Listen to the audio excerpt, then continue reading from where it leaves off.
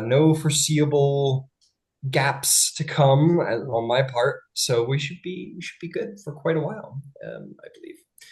Um, Incredible. So let's get to it. Before we do, I figured it would be good to kind of start opening up the game. Like we have a couple of things that we open up the game with, but just additionally, because this is a very unique style of game we're playing here, I thought it would be cool if we opened up the start of the game with just something quick, short, simple, sweet, just like a little like refresher about the game or what our expectations are for the game, or maybe just a character question or just something to kind of keep us all communicating as players about what to expect from the game from each other's players and make sure or each other's characters and make sure we're all feeling comfortable because this is a very different style of game we're playing here, and I thought it would be effective. So I think the first of which that I wanted to personally bring up is the idea, because we're playing a little bit more of a like an intrigue game. So I guess the idea of like PvP. So I wanted to bring that forth and say that, um, while people could go off and do shady things or not so shady things, very public things or very secret things, every action has a reaction and everything invites something else. So I believe there are a couple of people in our party who are a little more shadier than the others, and I'm certain that those individuals expect that those actions invite scrutiny, shall we say, and challenge. Um, I don't want to name names, but Holden, Cross, I think you guys are definitely our shady folks of the group. Is that fair to say? Yeah, of No, course. that was unfair. Uh, Yeah, it's totally fair. you think it's them, but it's secretly Rowan. But it's secretly Rowan. Incredible. And I'm sure the same applies to everybody else. So, okay, excellent. I'm glad to hear that. So let's all, yeah, we'll move forward and let's move forward with remembering that I think, whatever our actions are, we're all respecting the golden rule here, the rule of as long as everyone's having fun, if we're doing shady shit, we are happy to invite that scrutiny, and so on and so forth. I guess Cool. along And those yeah, go lines, ahead. Go ahead, please. yeah, along those lines, at least as far as I'm concerned, um, I don't want players to be overly concerned about how shady Holden is. He's a shady character in general, but I mean, he's just your run-of-the-mill rogue in any RPG. He's not. I'm not out here to try and ruin anybody's game experience. So, um, he it's there are going to be some suspicious things from time to time, and he's probably going to work outside the lines a little. But I I think as a player, you shouldn't be afraid to like, well, I don't want to play this game because Holden's too sketchy. He's not that sketchy. No, I got rid of the sketchy character. She was morally bankrupt. Right. That's fair. Yep, that's fair. Okay, cool. So yeah, let's keep in mind, yeah, everyone's entitled to their secrets, but by having secrets, those secrets are entitled to be looked at, I Revealed. guess. Yeah, so we're all having fun here, and we'll just keep on having fun, and I'm sure I'll find something cool next week. I think maybe next week it might be like a character question or something cool like that. Okay. Well, let's proceed to the main portion of our opening of our games. I will start, as always, with the recap. So let's do that because it's been a minute. I might even extend it a little bit because it's been some time and we want to remember what we're up to today. Okay. My God, you guys have been so busy. These recaps are always so long. Okay. Who would like to remind me oh, actually I could check it out right here because I have access to all your sheets. Wahaha. So, House Leora is born. The mark of diplomacy now has a dragon marked house behind it. It is a very small house. It is only 5 strong, but perhaps growing in the future, and has selected House Fjarlund to be their founding house, and with that, there is no small amount of clout that is claimed by House Fjarlin. You guys have been there, settling in, preparing for training, and what have you. And that training has come in the form of a mission. You were summoned by the Baron Elvinor Elorethi de Thiarlin, and she told you all that she wished that that training would come in a more measured account. But something very important has come up, and is an excellent time for you to all be tested in a sort of trial by fire situation. She revealed to you all that House Fjarlin holds two measures of business. Its most popular one, of course, being the entertainment side of the house, using their powers of illusions and shadow to create great spectacle. But the other side is espionage. They are a house of spies as well that is known only to the most significant individuals in Eberron. And it seems you all have claimed that title quite quickly as being some of the more important individuals in Eberron. So this truth has been entrusted to you, and more so, a mission involving that espionage. House Fjarlin has identified the location of the terrorist behind the Golden Dragon's destruction, Kara Irvath, and is planning to sell that knowledge to the highest bidder. You have all been selected by House Fjarlin to facilitate this auction, to ensure its security, its secrecy, and the comfort of those who are coming to purchase the information. You are to go to none other than the city of Karth in the nation of Karnath, right under the nose of House Firani, which is the direct competitor of House Fjarlin, and facilitate these going-ons in the next couple of days. You have been boarded upon the lightning rail, set off, and will be arriving in Karth soon. I'm going to just check my things here, see if I missed anything. The guest list is as follows, if anyone needs a refresher. House Deneth, House Thrash, all three sections of House Kenneth, House Lyrandar, and of course, the Eyes of Onder, the spy network of Onder. All wish to purchase this knowledge.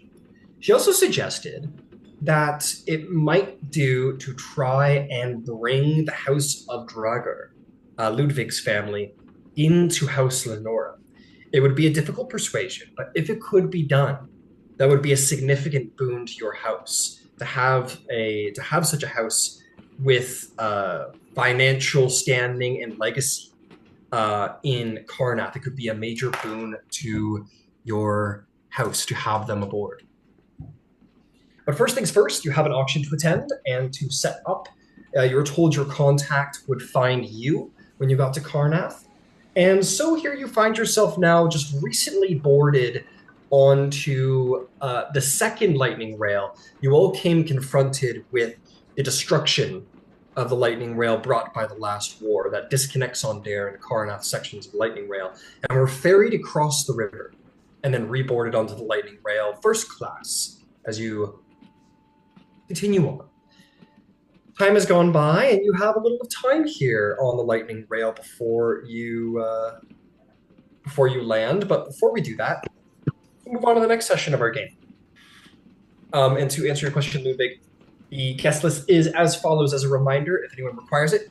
House Denith, House Thrash, all three sections of House Kenneth, House Lyrandar, and lastly, the Eyes of Onder. Okay, so we are going to skip the rumor phase because you guys are leaving Onder behind. The rumor mill of Onder is very different than the rumor mill of Karnath, and you have not yet come to Karnath to learn its secrets just yet. So we will be skipping that phase. We're going to be skipping the reputation phase as well. As last session, you were receiving a mission and traveling. Not much reputation to be lost or gained in that part either. That is a point as you enter into a new nation, you're going to effectively be reset in reputation. Your reputation in each nation is separate. So be aware of that. The fame you have acclaimed in Aldair may not carry over into Karnath. Might be heard of, but might not carry over entirely. So be aware. What other phases do I have to skip today? Yeah, we will hold the epistolary phase if anyone wants to send any messages, because as you land in Karnath, you guys could make your way over to Sippis or Orion and make sure messages are transferred. So, is there any? No letters are going to be received as you guys are traveling, but is there any letters or communications you'd like to make happen today, or are we okay there as well? I want to leave that open. How long were we on the lightning rail again? Let me go ahead and take a look. Not too long. I believe it was a 3-day journey. So you are coming to the end of your 3rd day on the journey. I'll double check, but I'm pretty sure that's it. I do have something I wanted to have done on that journey if possible. Absolutely. Is it epistolary related? Nope. Nope. Okay, don't worry. We'll circle back to that, I promise. Does anybody else have any letters or missives they'd like to have sent? I sent you a message. Is it in Zoom? It is in Zoom. Okay, excellent. I'll take a quick look.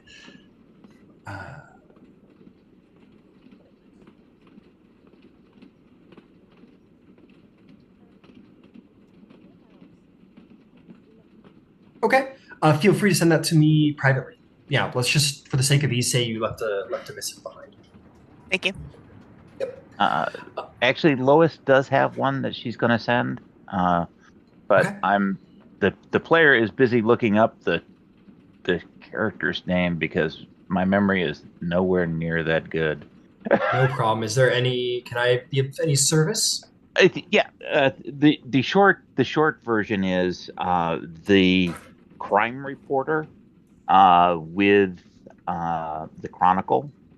I'm going to send him the additional information about the attack as presented on Cross and the loss of his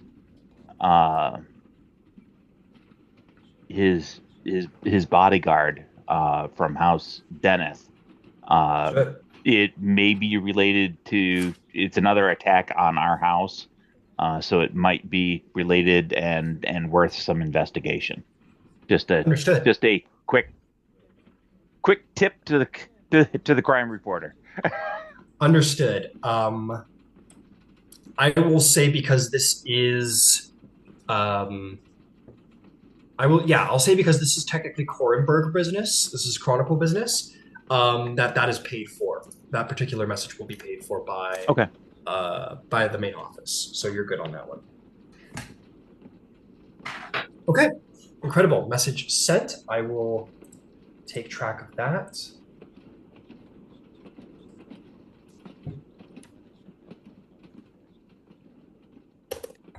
And his name is Bramwell Turwell.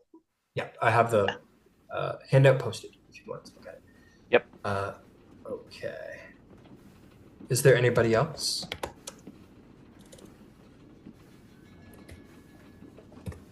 Okay, no problem. Oh my God, come on, work with me here. Sorry, I'm just taking track here. Bramwell. Turwell.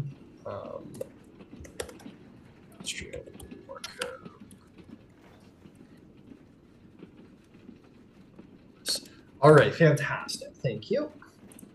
And with that, I believe it's going to bring us to the end of our phases here. As reputation, rumors, token, in which I have something to give to you. As you guys are all on the lightning rail, you're going to receive a paper, actually, technically a competing paper with the Korenberg Chronicle, is being handed out on the train. It is by... Oh, no, excuse me. I'm sorry. This is a Cronenberg Chronicle article. My apologies. So I will post that in Roll20, and anyone can take a peek at that as they please. A new article has been posted. It is known as "In the Thrall of the Vampire King." That is been issued as you guys are out on the train here as you head into Karnath. Holden, let us circle back to you as we come into the meat and bones of our games as you sit in first class with you and your allies. Is there anything you'd like to do? Oh yeah, just on the way there, because we've got some time, it was like 3 days on the train or whatever. And I realized that I have used up my last available alias. So since I've recently we've had that talk with Ludwig, and I've learned a little bit about Karnath, and I've practiced the accent.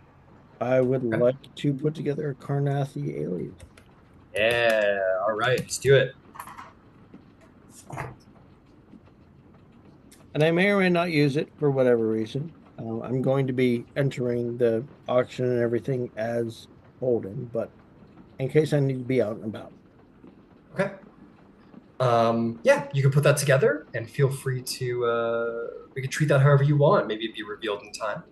Yeah, so I'm normally when I guess when I say that, what I mean is that Holden, when he's coming up with an alias, probably puts together a look via disguise kit and also supporting background paperwork via forgery.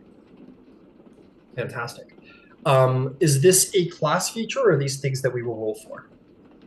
No, I believe those are both class features. Beautiful. Yeah, okay. You make up these identities, no problem at all. Okay. Is there anything else anyone wants to do as you sit on the lightning rail here? I'd be more than happy to give a little description of first class if that is a thing. But yes, go ahead. Yeah, Ludwig will look at the paper and he'll just say to any of the others who might be listening, it's a testament to the king's patience and temperament that he allows this filth to be written. It says among them. I haven't seen it yet. Take a look. Take a look.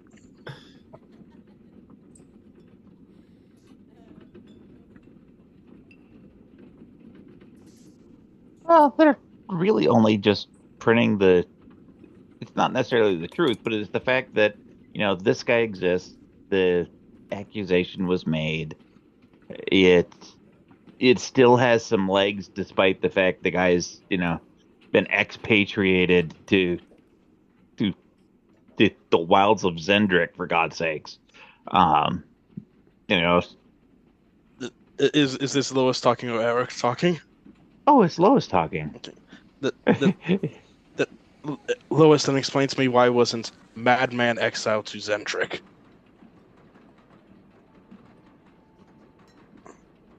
He took his people and fled to Zendrick. It's in black and white. It's true. It's true, but it's yes, but that's not the title. You realize that these papers are sold, right? Yes. You understand how business is done as far as advertising and something to grab somebody's attention, right? Oh yes, I understand completely, and that's the problem. No, it's not the problem. It's no different than hanging the sign outside your tavern that says it's the Three Cock Inn.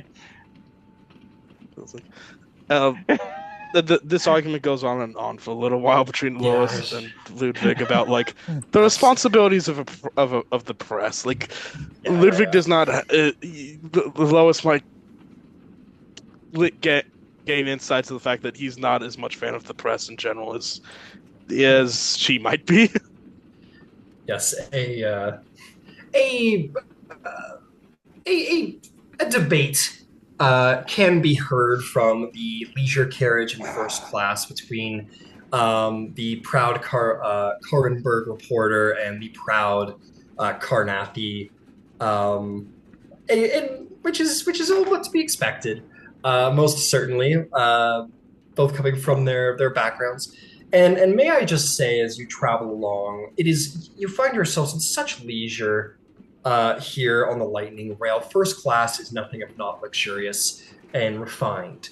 There are sorewood polished upholstery chairs, exotic hardwoods inlaid with delicate silvers. There is dragon shard designs into the filigree of seats, plush lounge chairs, fine velvets enchanted to adjust to the individual comfort of the person sitting on it, from warforged to orc. All will find themselves in good comfort here. Compartments are installed with wards of silence, elemental regulation for temperature control, and also fine magical lighting as provided by continual flames of various colors. It truly is the finest way to travel if you don't listen to the Lyran propaganda about their new airships. So you find yourself in these extensive amenities where each of you have a personal steward who serves on you hand and foot, drinks or cleaning of your rooms, what have you. You all indeed are. There are a number of butlers who make their way around to help with your gourmet dining and private sleeping quarters and cabins.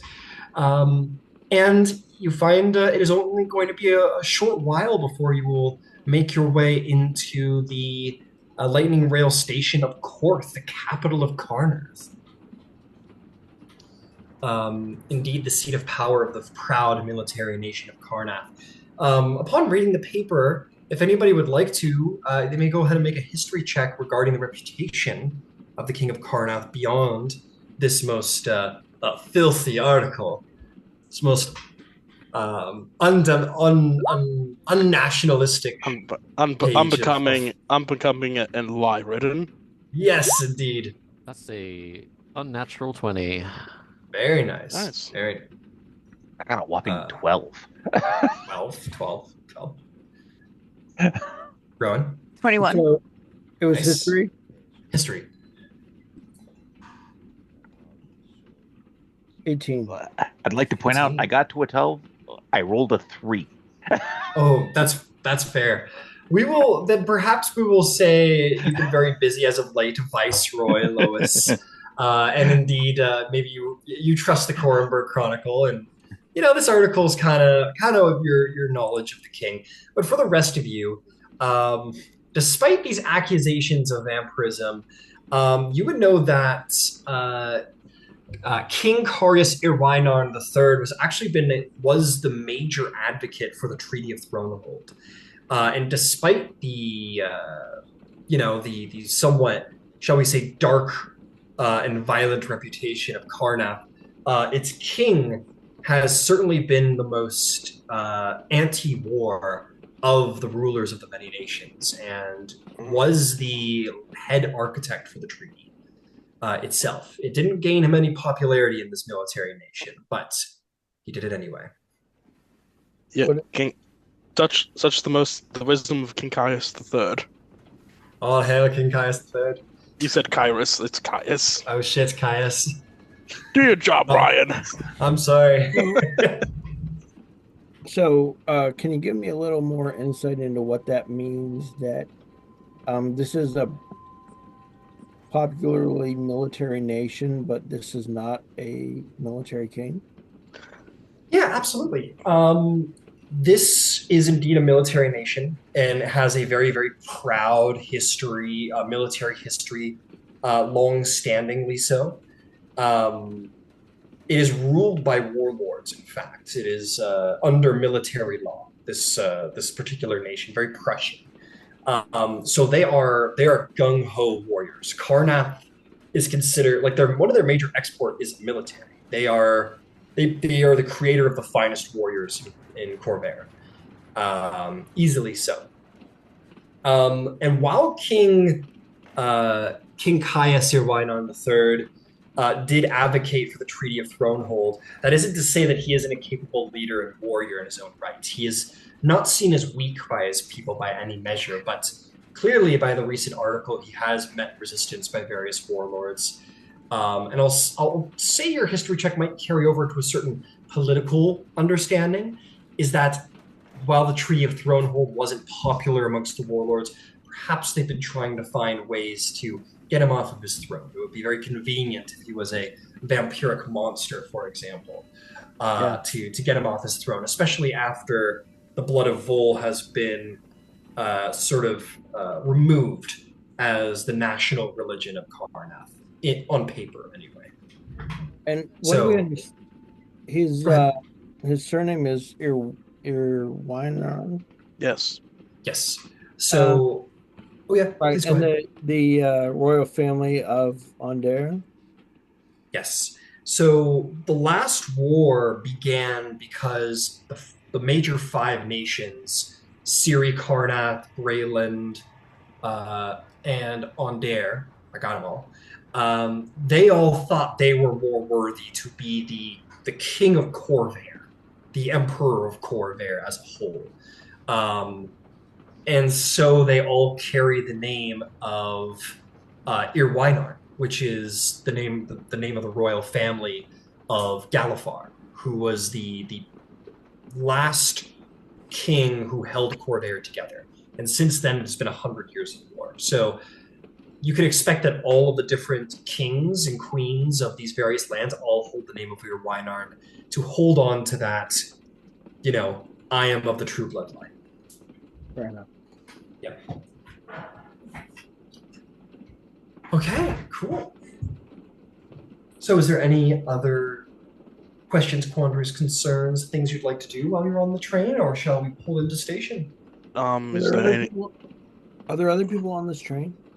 There most certainly are, many people. I would say that you guys are in first class, but there would be, I think, other people in first class as well. Not many, but just people kind of minding their own business. As far as you know, individuals traveling. We will say that there is this one older man with a fine gray mustache, and he sits in the corner and reads his copy of the Korenberg Chronicle in a plush chair and is served brandy. I'm not sure who that is.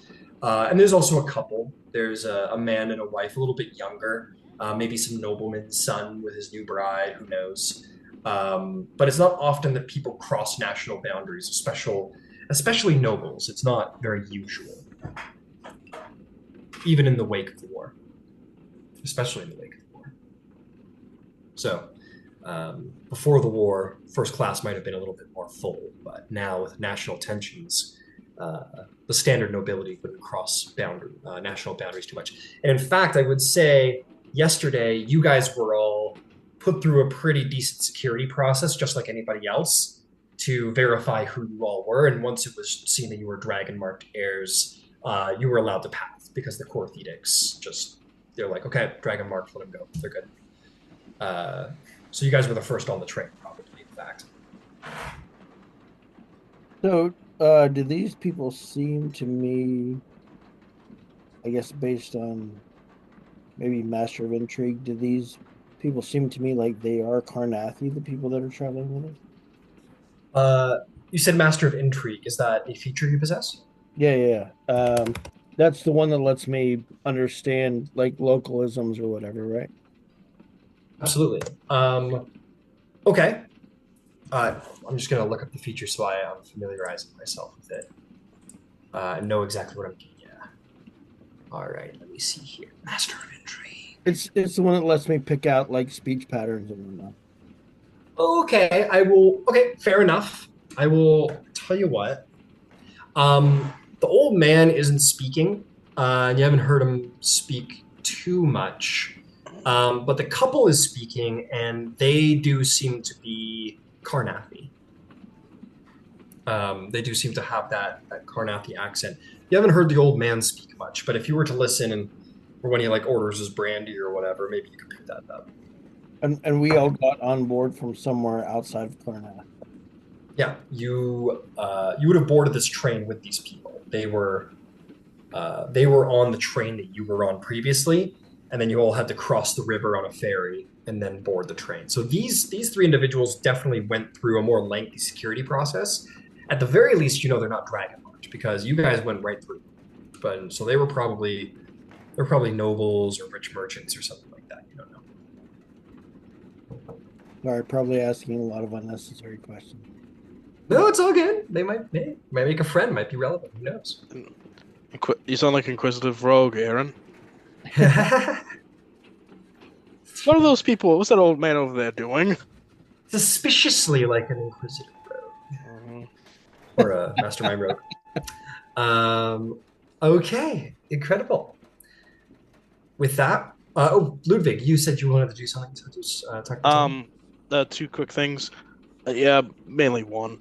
Is there any other questions people might have for me that I need to explain to them a heads up about Karth? At least before we get off, I can tell them more about my family later on. It seems after your previous history or national civics lesson, the party is quite well educated. I do have some. I mean, how well does Ludwig know Karth? Karth? I spent more time in outside. I've spent more time in Bastion Keep than I have in Karth, but I've been to Karth quite a few times. I'm familiar with the layout of well, this is where this district is, this is where that district is. Generally, not street to street. I couldn't name the street that go off Broadway to get onto Halpern Street or whatever, but I know the place fairly well. Do you have an idea where our guests might be staying in town? But I know where they might be staying, Ryan?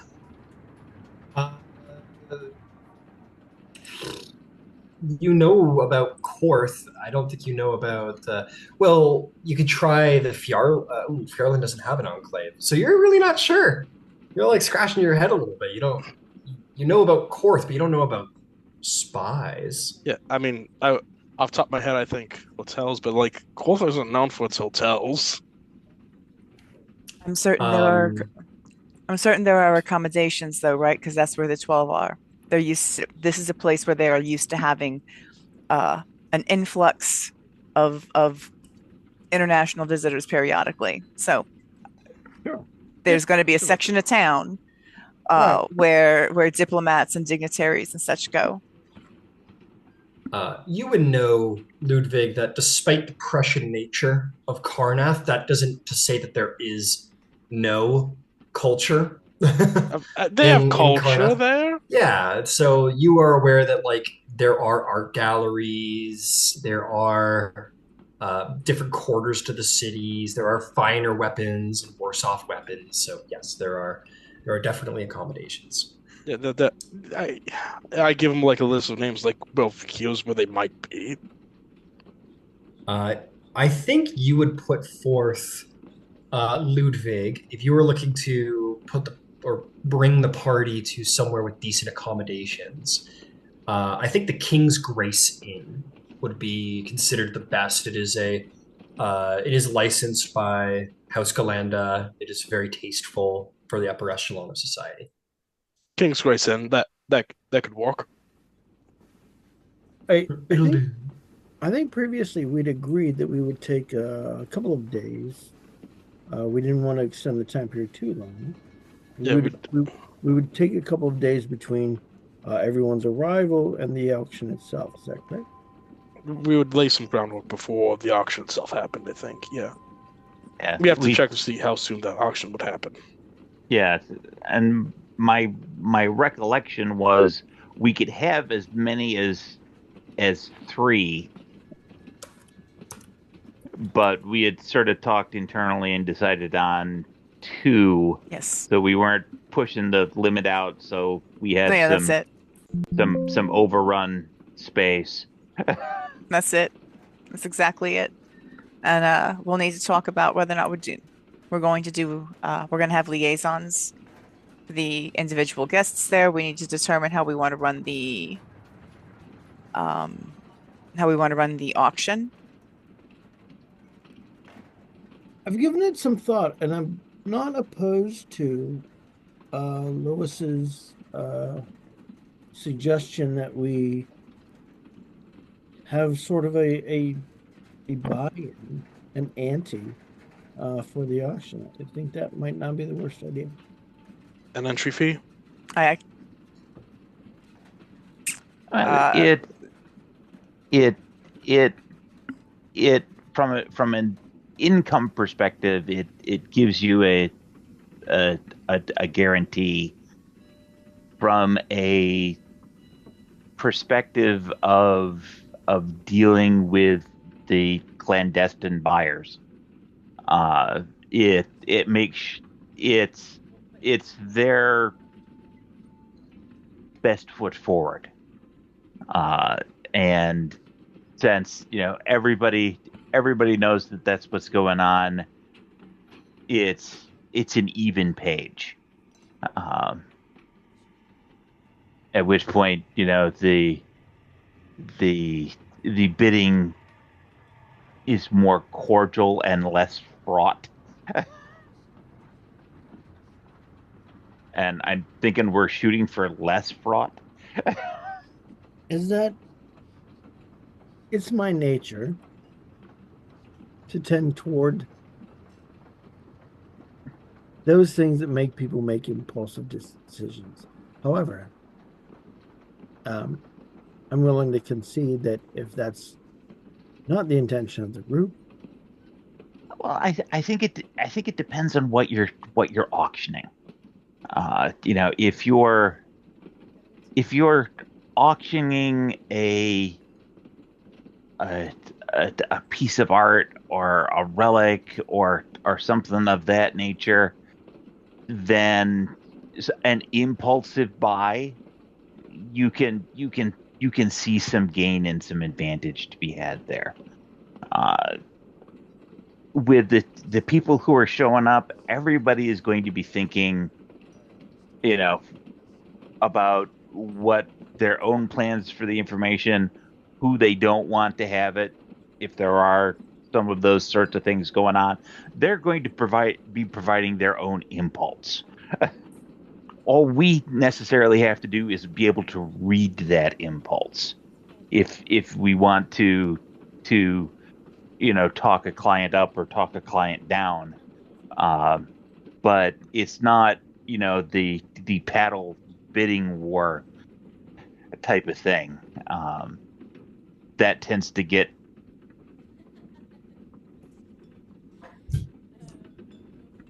that degree of competition tends to bring people to loggerhead, and I'm thinking we don't want necessarily that sort of feel coming out of this. We want them to have a reasonably good time, have something that's run well, run smoothly. They paid their entrance fee. They had an opportunity to bid on the item that they're bidding on, and kudos to the winner. We let them mix and drive their purses accordingly, but we don't want a brawl. Even a polite brawl. I think from what you could word with just some simple assistance to the guests and just saying that we ask you all everyone to behave themselves and act honorably and accordingly. Could do quite a bit. I'm thinking if the barons are coming, it's not going to come to blows. These are people who know how to behave themselves in public. And if these are people who are representing their barons, I would hope they would I would hope their diplomatic skills were a little bit better than bringing a fight. However, if they are bringing a fight, then we handle it. That comes to security. Like that's That is your responsibility, along with your head of security. So I will leave that to you to make sure that not only the room and the people are secure, but also the perimeter. Of Since course. we've had visitors in the past, let's make sure that nobody who hasn't been vetted is actually on the property anywhere. No, exactly. If the diplomats start throwing punches, the dragon houses have bigger problems than just us. I would also say, to build off what Rowan says, I'm less worried about what the diplomats would do and what outside actors might do. To We to can't.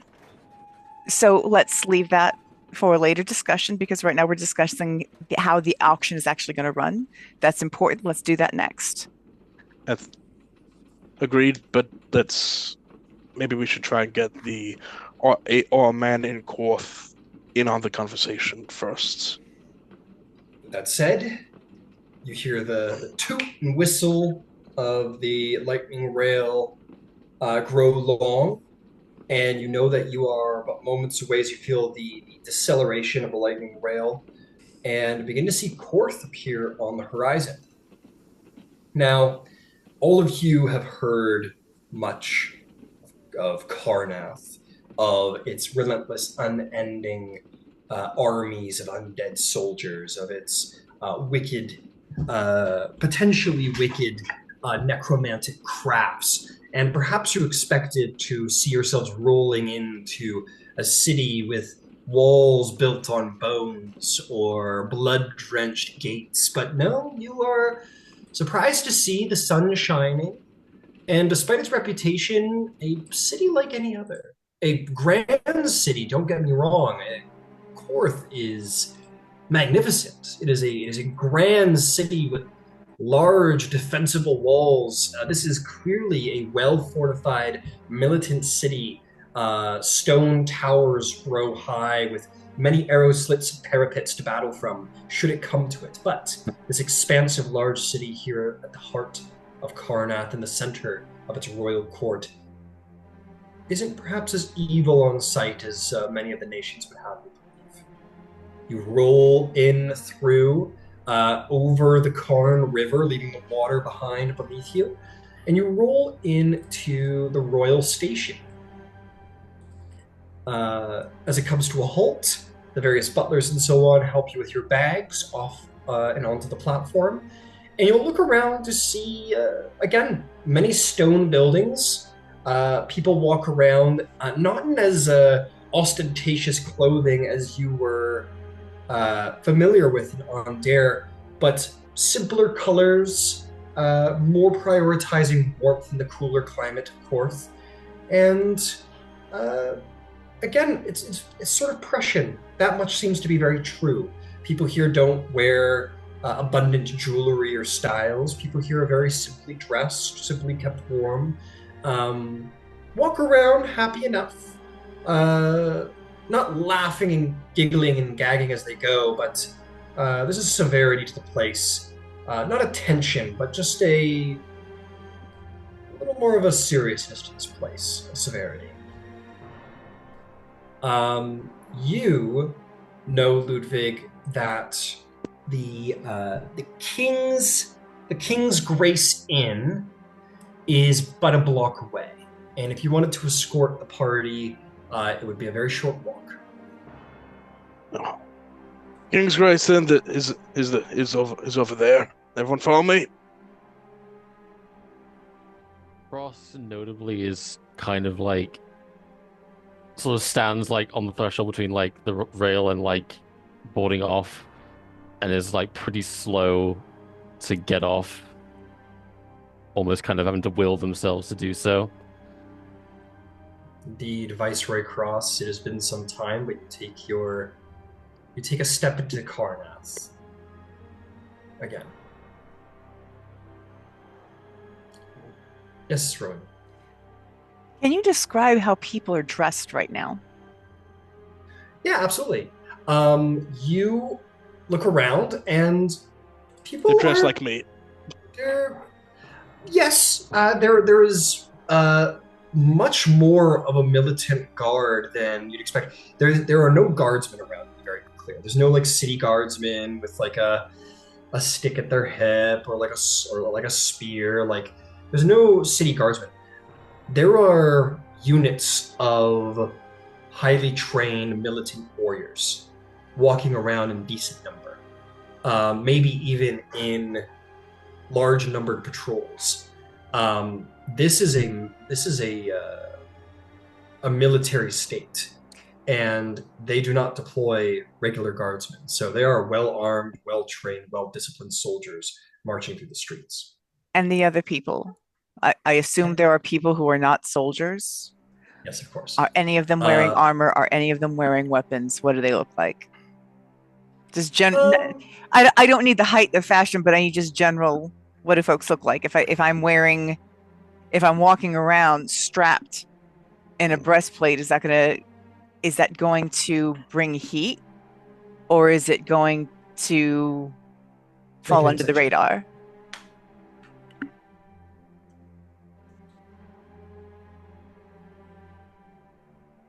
You're gonna be good to me tonight, all right. 15. 15. The one thing this place has in common with the other city-states or the other nations is that weapons aren't illegal. There are people out here open carrying crossbows strapped to their backs, but more often than not, swords at their hip.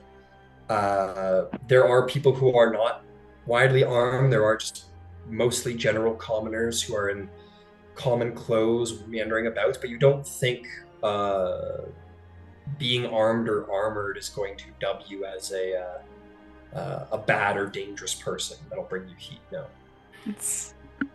So, and then just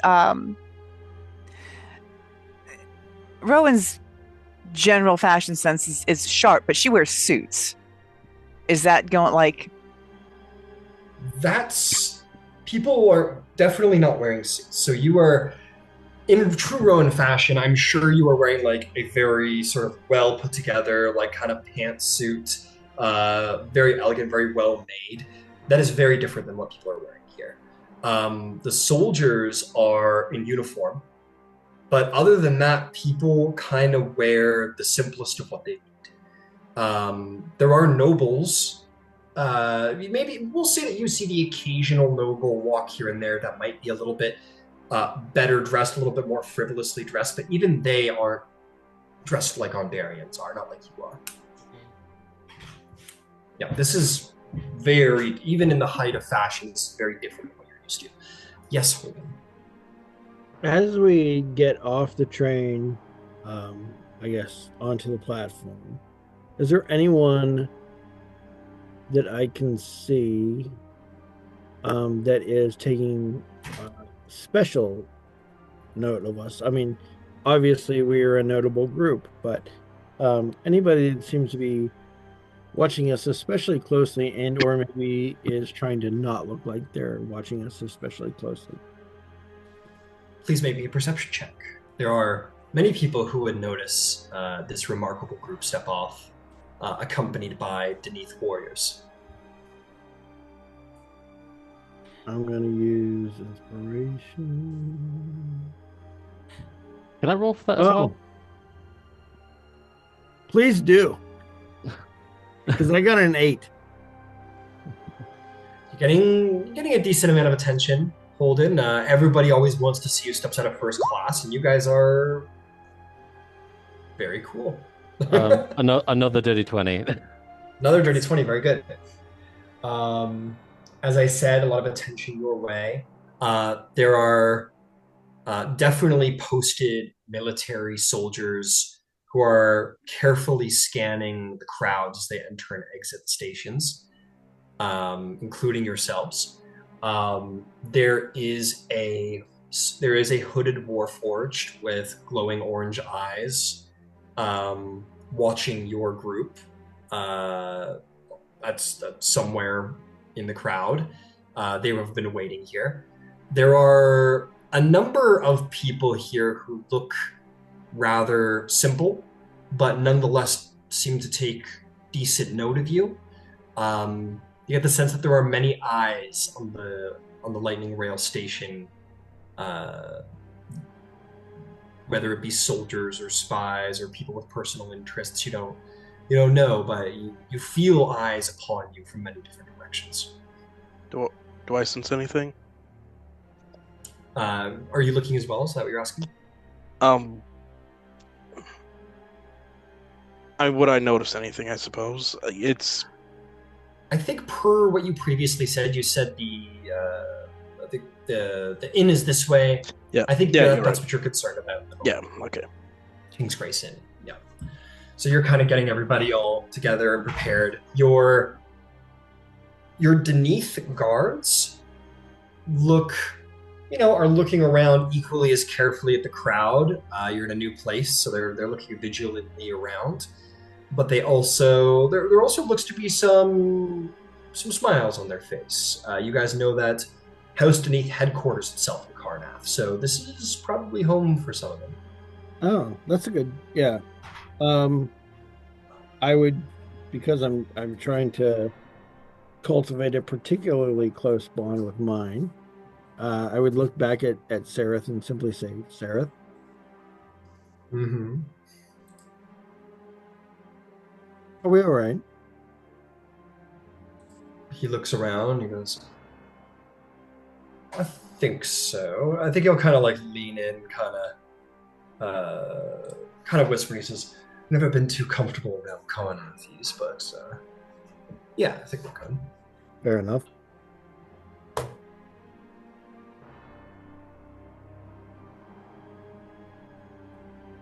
And you know that maybe Seraph might be the exception here, though they headquarter themselves here. He's from Brayland, so this isn't his neck of the woods particularly. Right. And he's sketchy like me. And he's sketchy like you, that's right.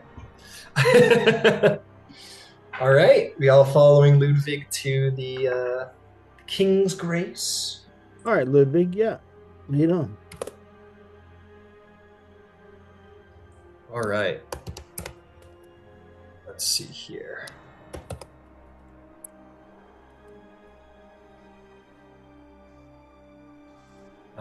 Okay. Where are we here? There we are. Okay, we're going to change up the music just a touch here. Because we're entering somewhere a little bit more... Relaxed. Yeah, I'm putting on this music because I'm sure that's how some people are feeling. This is a different place.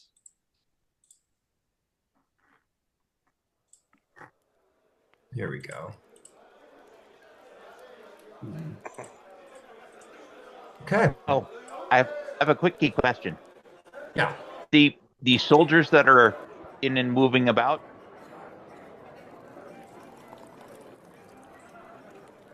what's their march style? Their march Are they style. goose-stepping morons? Or are...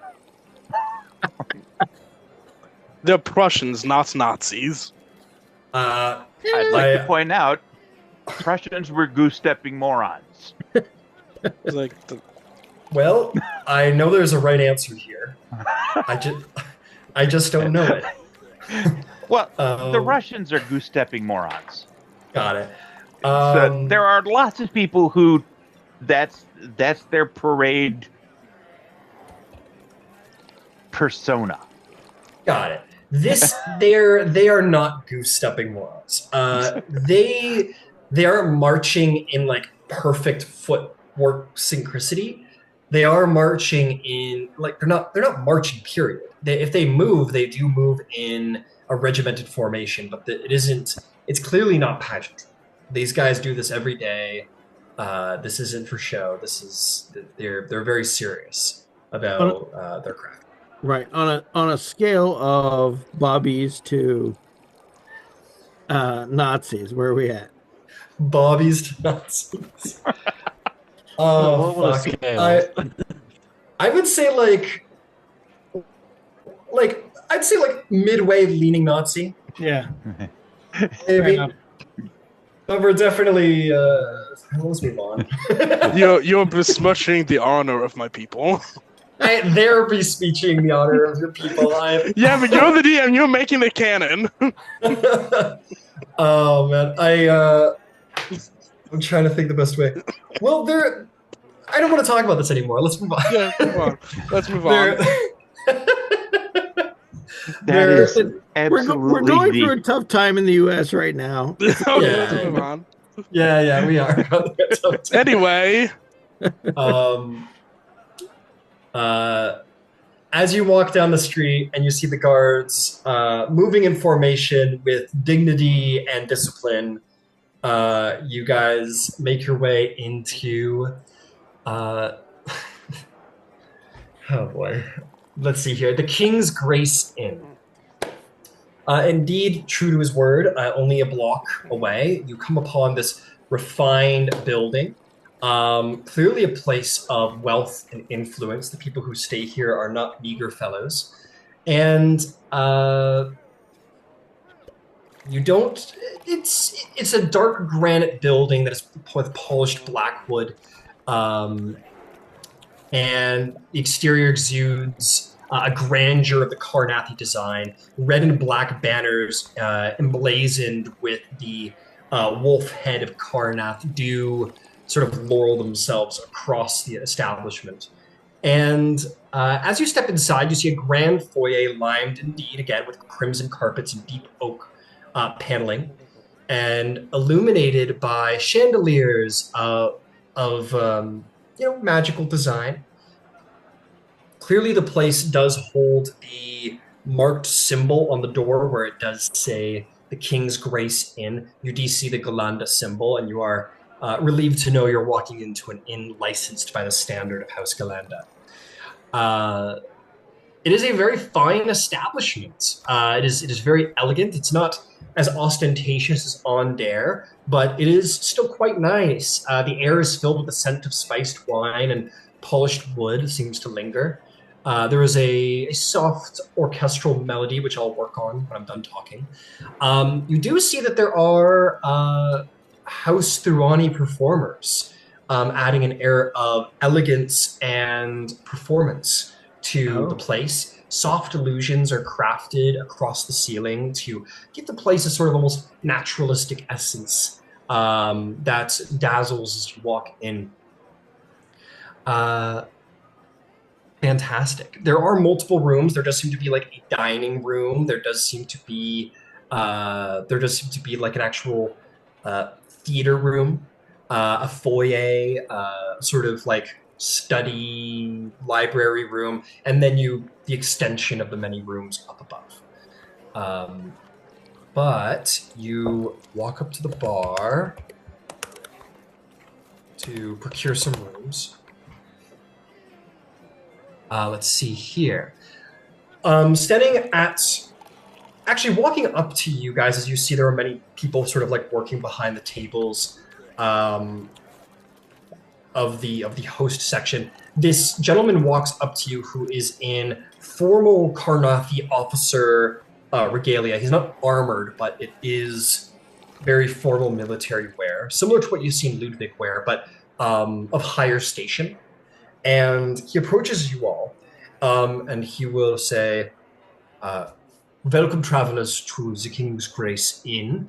I am Lord Gaius Veldrin, proprietor of the King's Grace, and you are most welcome to Karnath, to Karth, as you seem to be recently in town. As he looks at your bags, says, might I do the service of finding you rooms for the evening, or perhaps a couple days?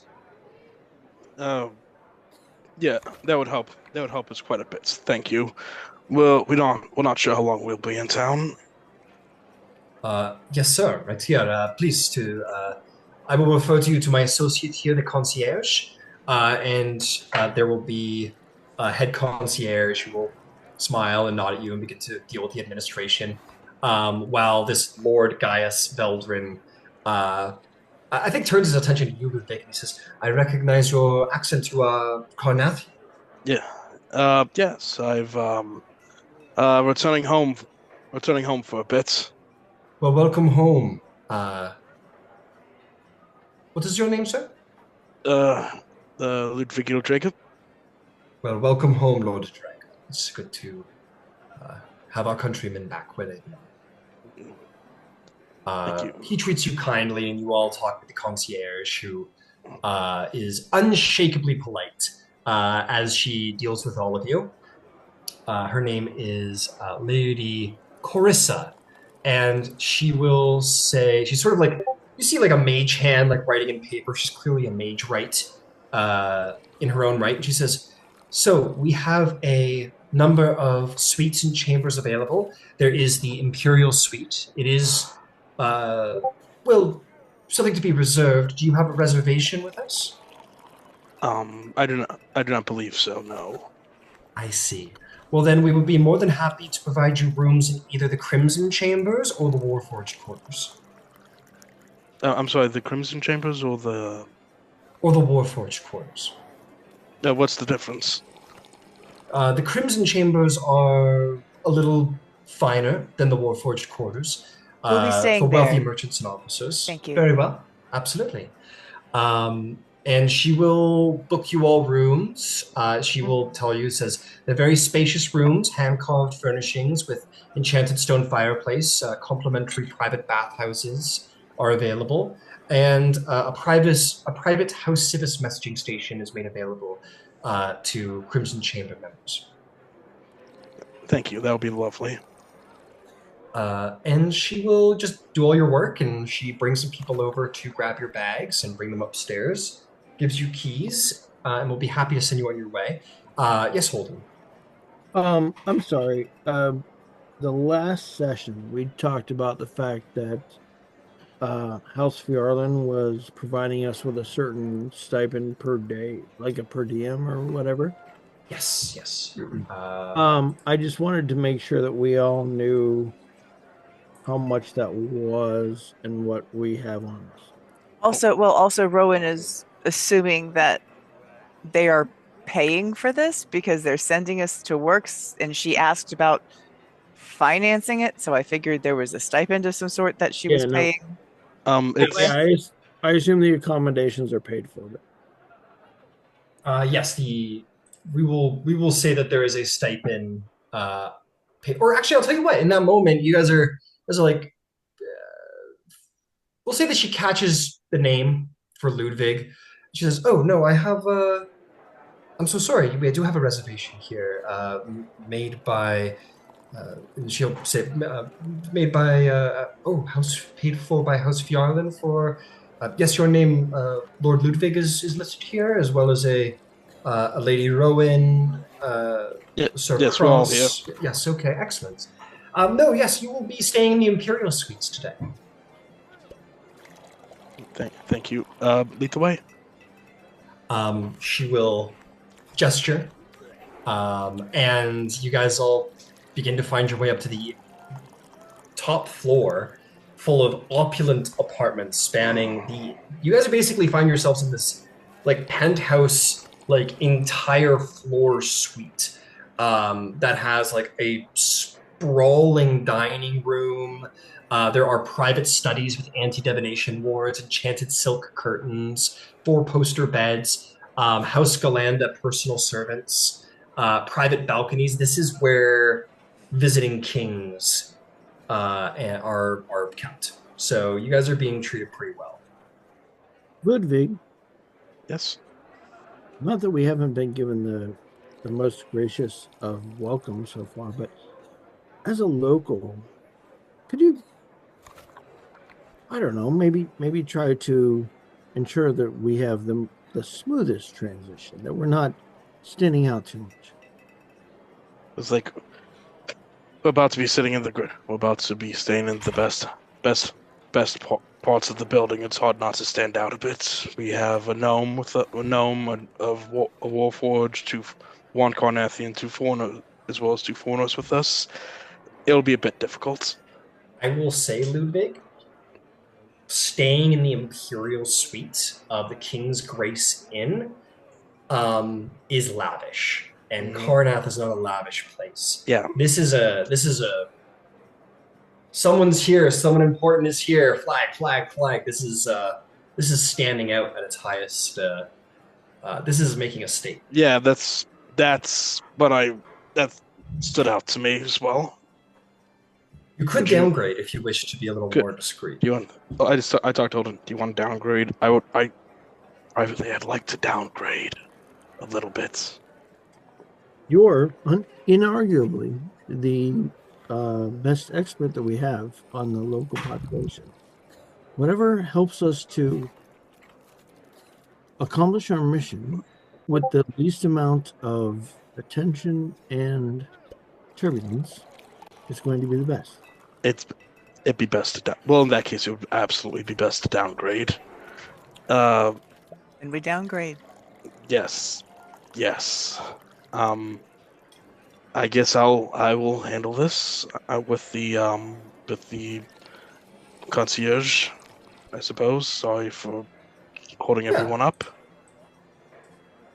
Easily enough, you handle it with the concierge. You go and you want to downgrade to the Crimson Suites? That'd be Crimson good. Chambers, excuse me. Okay, excellent. Yeah, you go over to downgrade, and she's more than happy to accommodate. And she finds you all. It's obviously it's not quite as nice as the Imperial Suites. You guys walk in there, you're like, oh, this is how kings are treated. This is why it's called the Imperial Suite. But no, you guys still have very fine hand-carved furnitures, enchanted stone fireplaces, private house civis messaging station. You don't have personal House Galanda servants, but it's still very nice and not as, hey, look at me, I'm as important as any king. Exactly. So, let's get settled. Who wants to see the city, I suppose? Or try and find our Fiolan agents? Right? They said they were going to find us. So perhaps we ought to not wander until we are found. True. I will say, as you are in your room, you find yourselves visited by the concierge, who says, just wanted to make sure that everything is well. You're all settling in all very nicely. Oh, everything's wonderful. Excellent. Well, I have, it seems you're very quick. I have an invitation to lunch with a elven gentleman down in the dining hall. And she'll just like hand over a note with like the table number and say, at your discretion. Oh, thank you. I thank you very much, ma'am. And I tip her like 5 copper pieces, I guess. It takes 5 copper pieces. That seems like a standard tip these days in a place like this. It's all right. Yeah, and she will. She'll head out. But it's a good point, Holden. You guys should be all receiving various benefits from House Fjarlin. Do we recall how much that was worth? It was, I believe it was quoted to us as 50 gold pieces per day. I'm not 50 sure. a day. Yeah, I'm not sure how many it's been a day since we talked about that. I credited myself with a week. Understood. Yeah, if Based anyone on has my missed it, go ahead. coin put, based on how much money I have, I suspect I think we went over it at the end of last session, just because I have a lot of gold right now.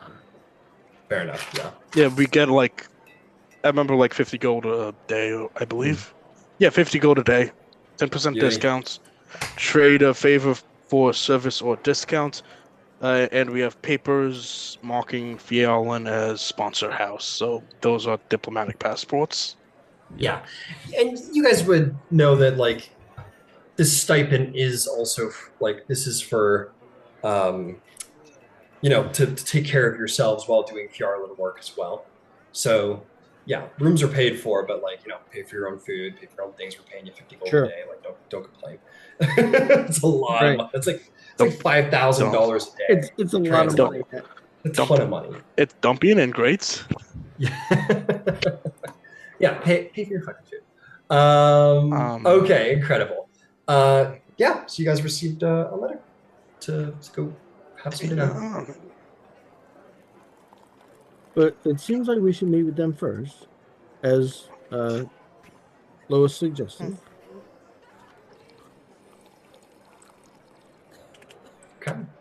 That way So, we can make arrangements to get a look at the venue. You know, I agree. decide what Yeah, It's absolutely. business. what we need to plan for, et cetera, et cetera. And Ryan, before the concierge leaves, I ask her that the messaging station that allows sendings, correct? Well, standard. She knows. Sorry. She goes, not sendings, but the standard House Civis messaging station services. So I believe it is 3 silver a word, if I'm not mistaken. The silver word. Thank you very much. And yep, she will take off.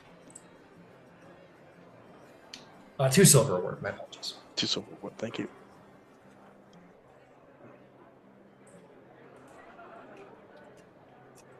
All right, you all head down for this lunch, I suppose. Let's do That is lunch. yes. Cool. Didn't hear any You no, make- so that's a yes. I didn't hear any no's, so that's a yes, exactly. You all make your way in, and you will find in the dining hall there is a very large, elegantly painted portrait of who you would recognize, but nobody else would recognize Ludwig, as none other than King Caius Irwainon III, looking quite regal and excellent, pridefully sort of looking over the various people here at the inn. It's a very tasteful but very large painting over the dining hall. It is many sort of circular seats that seat about 8 to 10 people each. There are more House Thurani people here, Golanda servants. The finest of Dragonmark services are being provided here for dining and entertainment. You are all brought to a seat. And you are going to see who you are meant to meet today. Sort of stands up from his seat. He is currently nursing a glass of red wine. Dressed in a simple but formal attire. There is an elf with black hair that is very nicely sort of parted down the side of his face, that usual sort of elegant, elven, graceful, long hair, signatured. Frankly, looks like a sort of nondescript elf, other than the fact that he's a little pale and his hair is very black. But I will provide a picture as he introduces himself. Very lowly, he will say a traditional elven greeting. And then he will say, welcome, my name is Adrian, and I am representing our common association from Ondair. I hope you'll excuse my slight elusiveness with my words. My association isn't exactly welcome in this particular place, so I will be a little careful. Have a seat. You all sit. He will sort of tap his finger around as he sips his wine, and each of you will sort of hear through a message in his head. His Trutano says, I am Wraith Adrian Shoal de Fjarlin of the Serpentine Tale. I will be mediating and aiding you with the organization of the coming event. And then he finishes sipping his wine. Excellent. Can we message back and forth in his head? You can respond once, but the larger portion has been described. I would respond, where in the city is our location meant to be? And would you prefer talking there or here? Or somewhere else? He said he'll look around the table and he says, I'm more than happy to get right down to business, if that is all your preference. We could also have lunch, but I suspect... Yes, please. I would love to have lunch and maybe a glass of wine. maybe sit down and just enjoy for a second, right? If no one objects, there's certainly no law against lunch before going to work. Very well. Very well. Why not? Very well. You are all treated to fine service here. I'm just making this quick handout, or not handout, but page, just to demonstrate the elegance of the King Grace Inn to you all. Incredible. Yes, a waiter, a house gallant halfling, does make his way over. He says, "Welcome to the King's Grace Inn. You are all new here. Welcome. It is a pleasure to serve you today. Our exquisite cuisine is prepared by chefs trained in the morning cask traditions of the culinary school, blending Karnathi flavors with a contemporary flair and flavors from the long-lost nation of Syria. So we hope that you will enjoy our menu tonight. Our signature dishes are as follows, and please let me know what it is you'd prefer. We have the braised Draken Ridge boar, which is a slow cooked in black pepper sauce served with frost leaf potatoes.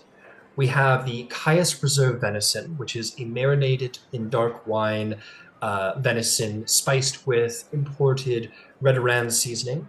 And lastly, we have the Blackthorn mulled wine, which is a Karnathi specialty, aged in arcane cured barrels to enhance its bold flavors. I would suggest having the wine with one of the first two options if that's your preference. I'll have whatever she's having. That he points to Rowan. I'll happily have a glass of wine and the roasted boar. Thank you. Very well. I'll have the wine and the board as well. It is a difficult choice, but the second one, the venison? The venison. The venison. Very well. Caius Reserve venison. You will not be disappointed. And one for the Lord of Draper as well. And then we'll refer to you across and says, and will you be eating today? There's like a long silence.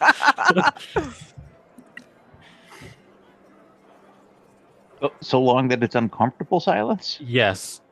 It just stares at this person. I will take that as a no. I am so sorry. Okay, and the silence will be broken by Adrian, who says, "I will have the venison and the mulled wine as well, please. And may we also get a private room? Is it possible to have a private lounge?"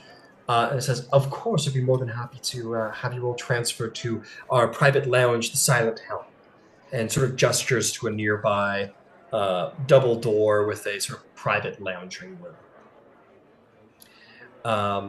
You are all helped to move into this big, beautiful private room. The doors are glass, but as the doors close, the sound of the dining room is immediately silenced. And you get the sense that this room is magically protected from outside voices. Yes, Holden.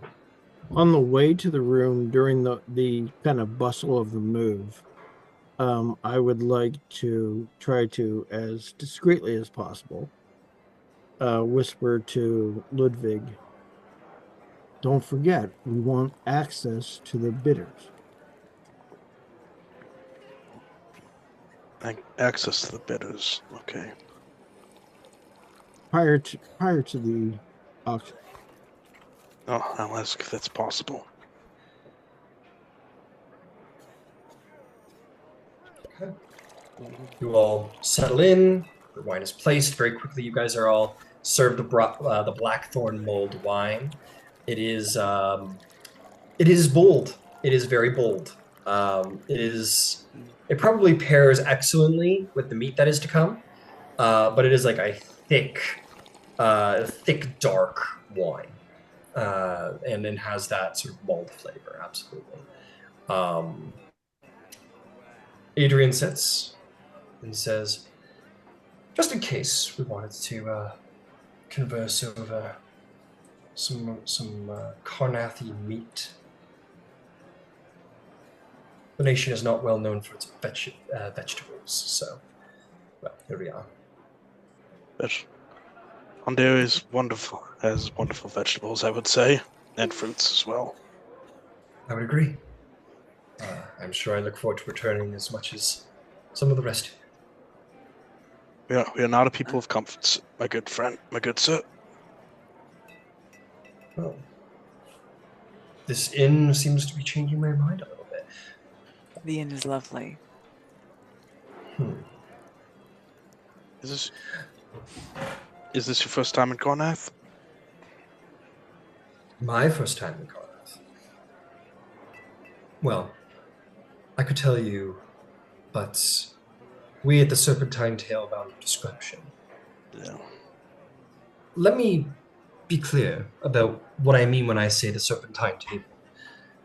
As I'm sure you were elaborated, House Fjarlin has many of the Denise. There are 5 of them, in fact, across Western Ondare, or excuse me, Western Corvair. But there is the 6th. The 6th that is the Hydra is usually born with 5 heads, unless when it's chopped off and divided. But there is a 6th head that is often neglected by the Hydra, and that is its snake-like tail, which is what we represent, the Serpentine Table. So, we handle House Fjarlin spy services. I'm told that you have been elaborated as such already. Yeah. Oh, by the way, Ryan, we're inside the room, the quiet room, correct? Yes, you are in the... Yeah. You're in a private, silenced room, as far as you're aware. We've been up. It's been explained to us how urgent it is that you keep that no attention is paid to you or your friends. To any of us, I imagine. We want to keep this as low as possible. Well, as I'm sure you can imagine, the reason why we decided to hold this in Karnath was a bit of a backhand House Thurani. You know, if we pull this off, it's going to make House Thurani look, well, a little stupid. And we like that. You're all very fancy people. I'm not as fancy. So, I'm excited to hear about what you have thought of for the auction. We have procured a number of potential locations. I am happy to make suggestions if you wish, but I was told to leave this largely in your hands. I shall simply serve as an advisor. Well, unless anyone has any objections, let's get to it. What are the various locations you've scouted out?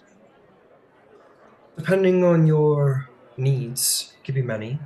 The one that I am partial to, or thought that you might all be partial to, is we've procured the favor of a local Karnathi warlord who has been is going to be throwing a gala in a couple of days.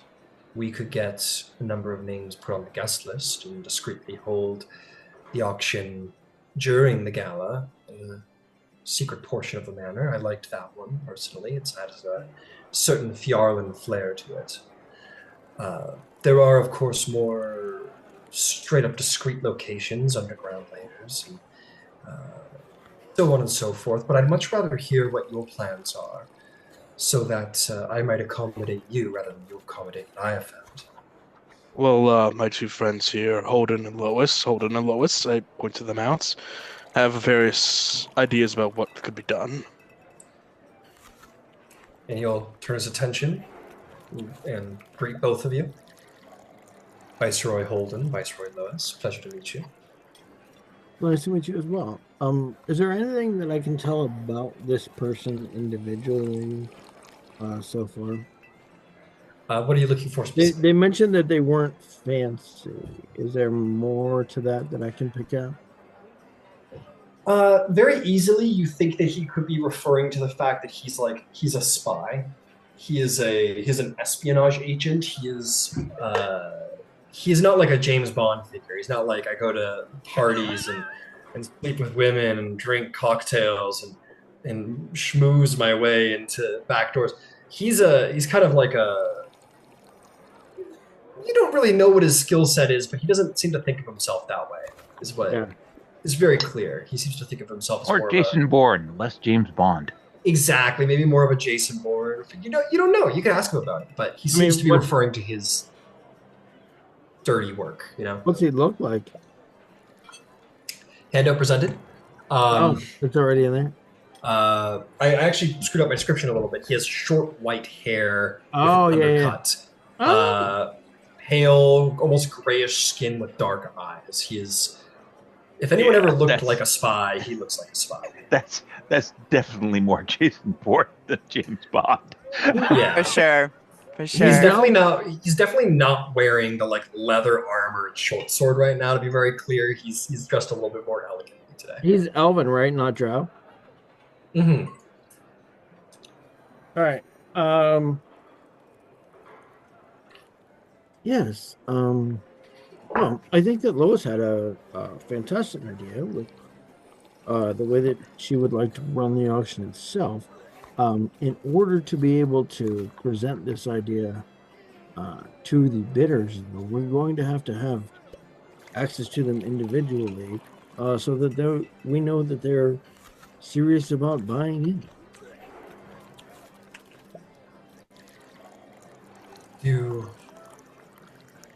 What do you mean by access? You want their identities? Honestly, we would like to meet with them. I see. That is perfectly fair. I can set up meetings. That would be fantastic. If we could just, there are 5 of us here. If we could spread out and greet the guests, the bidders, I think that'll help us to create a more comfortable, trustworthy atmosphere, and so things aren't so cold and so transactional. Maybe give us a chance to kind of warm up to these folks and welcome them to this wonderful event that they've been invited to. Also, we're gonna require a buy-in, and seeing as how that's how we're doing it, I think maybe the gala might be the perfect place I for do us to believe that the execute gala. this. Indeed, I do believe that the gala is meant to be something of a philanthropy towards the local military, so it does give a very good cover for um, financial, like you say, buy-ins, if that is what you wish. To be fair, we don't want to ruin anyone's atmosphere. I would, before we committed to the gala, I would like to explore the other options first. What other options are those? If you have any other potential locations in mind. Oh, if you haven't been told already, I've been designated as head of security for this event, and a large, sprawling celebration by a local warlord in his manor, with various guests and servants coming in and out. Would be very secure. I was actually thinking the opposite. It's many uncontrolled factors potentially.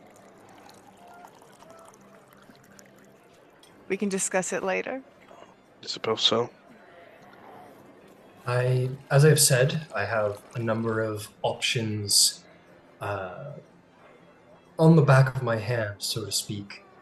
But as I've said, I don't feel limited by possibility. Let me know what it is that you had in mind, and I would be more than happy to accommodate a space that works for what you had in mind. I've been here scouting out many locations for some time now.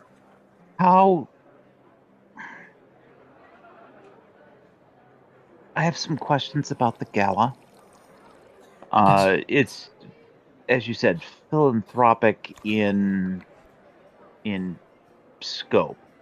How are the donations being handled? Is it a letter of credit, discreetly in an envelope, and there's a basket placed? I doubt anybody's showing up with a huge sack of coins. No, Uh, no, you're but quite I right. don't know if they were holding an an auction, or if it was a a a a speech given to embolden action for philanthropy. I'm just trying to get an idea of what the cadence is with regards to that, because that may, depending on how that is, it may give an opportunity to do amongst the bidders a a a silent auction that's guised underneath that same principle, depending on how it's being put together. I understand. A number of bills of credit have been prearranged by House Civis for the various people in attendance. And when certain donations are to be made, they will be filled out on site and secured by House Kandark, who will be present in the building for the securing of those donations. So bills of credit is in most what is happening. We Okay. will also indeed secure for ourselves a bill of credit for House Civis, which will be filled out by the successful auction. The person who succeeds in the auction will fill that out and we will take possession of that. But the information is being held at a separate location. It is not something that will be grasped at by desperate buyers who have failed in the first attempt, if you understand my meaning. I understand entirely. Perfect. I'm glad to know that. So that'll be delivered upon receiving of payment later on. Good. No, I agree. There's no money on hand at that particular moment necessarily. In No. case we get asked, what's the turnaround time between the conclusion of the auction and the delivery of the information? It would be rather quick. The exchange would happen all at once. We would receive the bill of, well, we would receive I've lost my words now, the bill of credit. And once that is confirmed, then the information will be hand delivered by an agent of House Fiarlan at a later time. So within the day, within a Then half day. it would be whenever the payment is secured. At fastest, it would be delivered to them by the next morning. Okay. But if it takes longer for payment of shoes, then we'll deal with that as it comes. Okay. Yes. Because if I were in that bidding space, that would be the question that I'm asking. Is I have ponied up the successful bid. When can I expect to have that as an actionable item? Yes. So I think we can appropriately talk to those people. Absolutely. I've been told your job is the auction. As for the delivery of the information itself, unless you would wish to personally facilitate and ensure it's handing off. I don't think that that's necessary. I think that you folks are significantly more skilled and schooled in that arena than most of us would be. But I know if we're to be acting as the the liaisons with the bidders, that is going to be a question that's going to come up. Of course, of course. The information will be dispatched to the buyer immediately upon receipt of payment. Yes, and that we will have a capable member of our establishment, the Serpentine table, available not only to keep an eye on the auction in a sort of big brother capacity, but also for the delivery of the information. Very skilled member of our organization. A few questions. Yes. First of all, Viceroy Cross, do you have anything to say? To ask? I don't know if it was said earlier, but who is exactly hosting this gala? That I am more than happy to disclose. One. Oh, where's your name, you bastard? Please hold for Warlord. He's going through his notes. Yep, that's exactly right. Buffering. Where are you? Yeah, buffer. Oh, here comes the food. Lovely. There's the food. The food is served. I can enjoy it. Yeah, there was a moment where he is looking through his notes because it just disappeared from out of thin air. That's really great.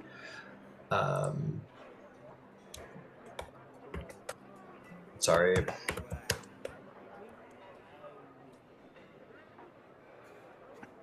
It says his name is General Vron Ir Mordak.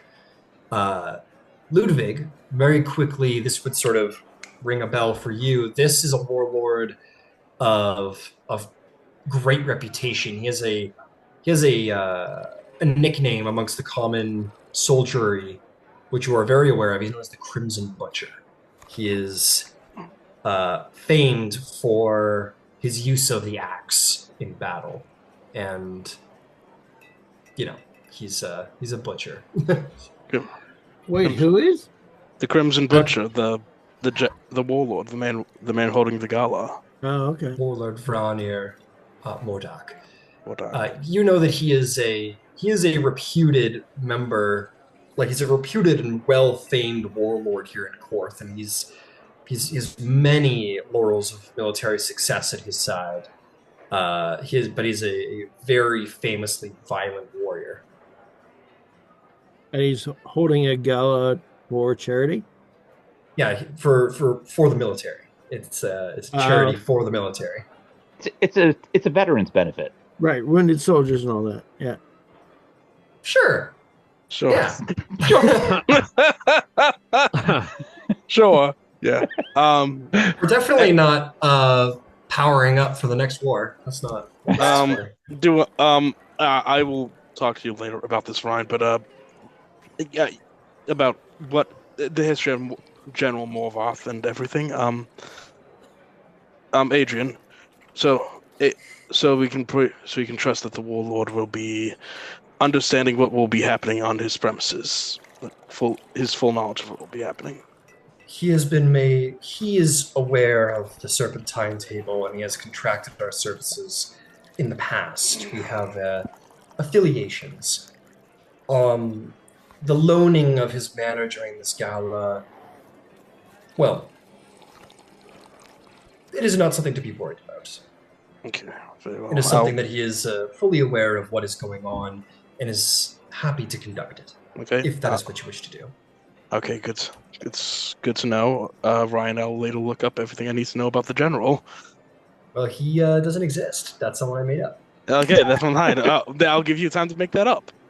Oh, I've made him up. I just couldn't find him in my tabs. Okay. Anyway. Well, now that we know the general, who or what elements should we be also on the lookout for? We know that we know the displacer beasts like to pull around. To watch out for them. The two organizations that are worth looking out for is indeed House Thurani. If they caught wind that this auction was happening on their turf, they would be upset. However, there is a standing ceasefire noted between House Fjarlin and Druani. Neither house is allowed to take violent action against each other's agents. Or at the very least, we can't kill each other. So No, if House Druani, nothing overt. exactly, we can get in each other's way plenty, but we're strictly forbidden from harming each other's agents. You, however, and your and he looks out the door as I imagine your Deneath defenders are outside the door. And your defenders, however, are not a part of that. You are not technically Fiara. So I would be cautious of that. It's good you have some Deneath defenders at your side, and we will be there as well. The second is who we obtained the information from. Did the Baroness explain to you Yes. where we got the information? From some faction of the former state religion of my homeland. Yes, the Blood of Vol. The Blood of Vol, they wanted to use it for their own means. We believe that they were going to use it to try and manipulate on Dare. We don't know for sure, but I'm sure they would be very happy to have this information back in their personal possession. So they might try and do something. About the information or towards the auction itself? The auction itself. As far as we know, neither faction is aware of it, but, well, the Blood of Vol has powerful magics at their side, and traditional spycraft doesn't always stop the powers of divination. Do we know what? Do we know what? Can you tell me what faction you took it from? The Blood of Vol. Which faction of the Blood of Vol? There are many of them. There are many of them.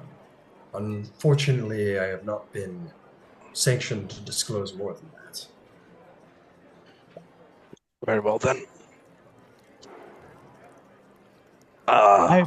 If you're worried about the Emerald Claw, it's one of my concerns. We did not procure it from the Emerald Claw specifically. That much I can say. Oh, that's good to know at least. It's one less problem. I'm not a security expert like Ludwig or a tactician like Holden. Whoa, easy. But I'm certain that each of the bidders have been promised a degree of exclusivity to the purchased information. From a security standpoint, internal to House Fjarlin, is it secure by duplication? I don't care that the duplicate exists or what nature that duplication exists in, but when we're facing outside threats, if it's a singular person, a singular report, a singular instance of whatever, while that aids exclusivity, it also poses a risk. Of course. The information has been indeed secured and duplicated from multiple places. Okay.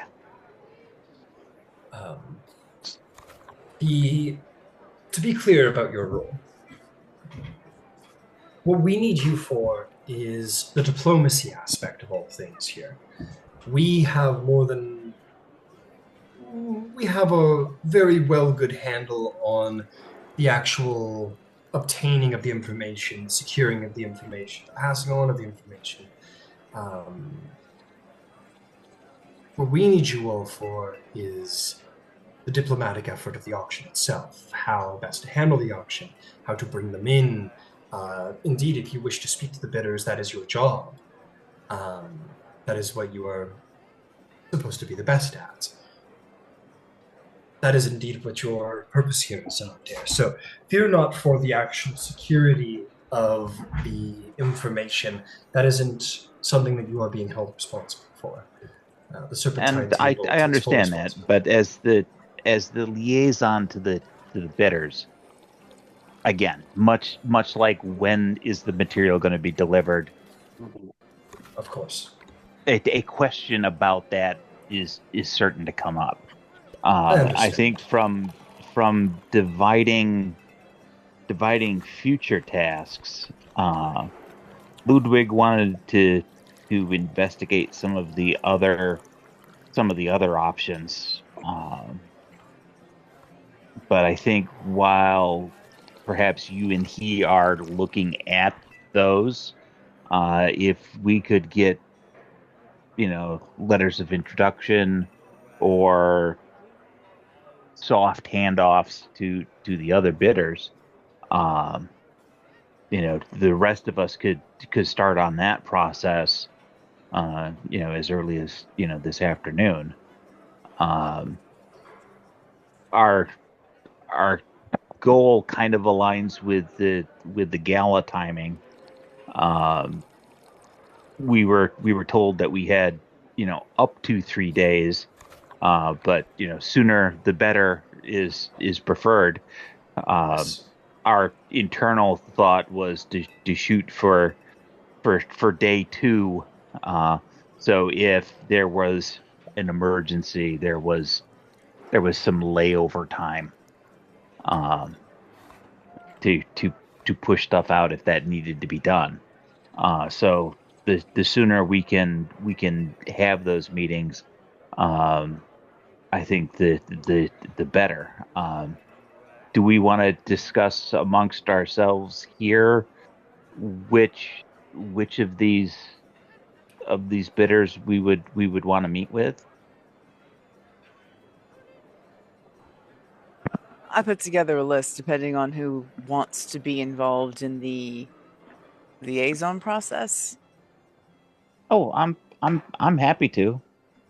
Well, I know I Uh, certainly do.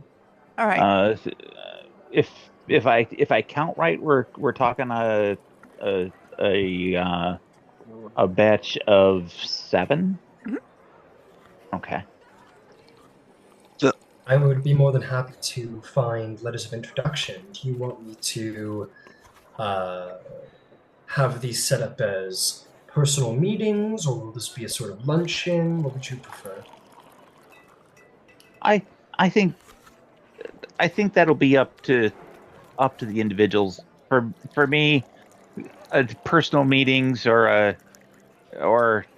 in Andir they do a late afternoon tea,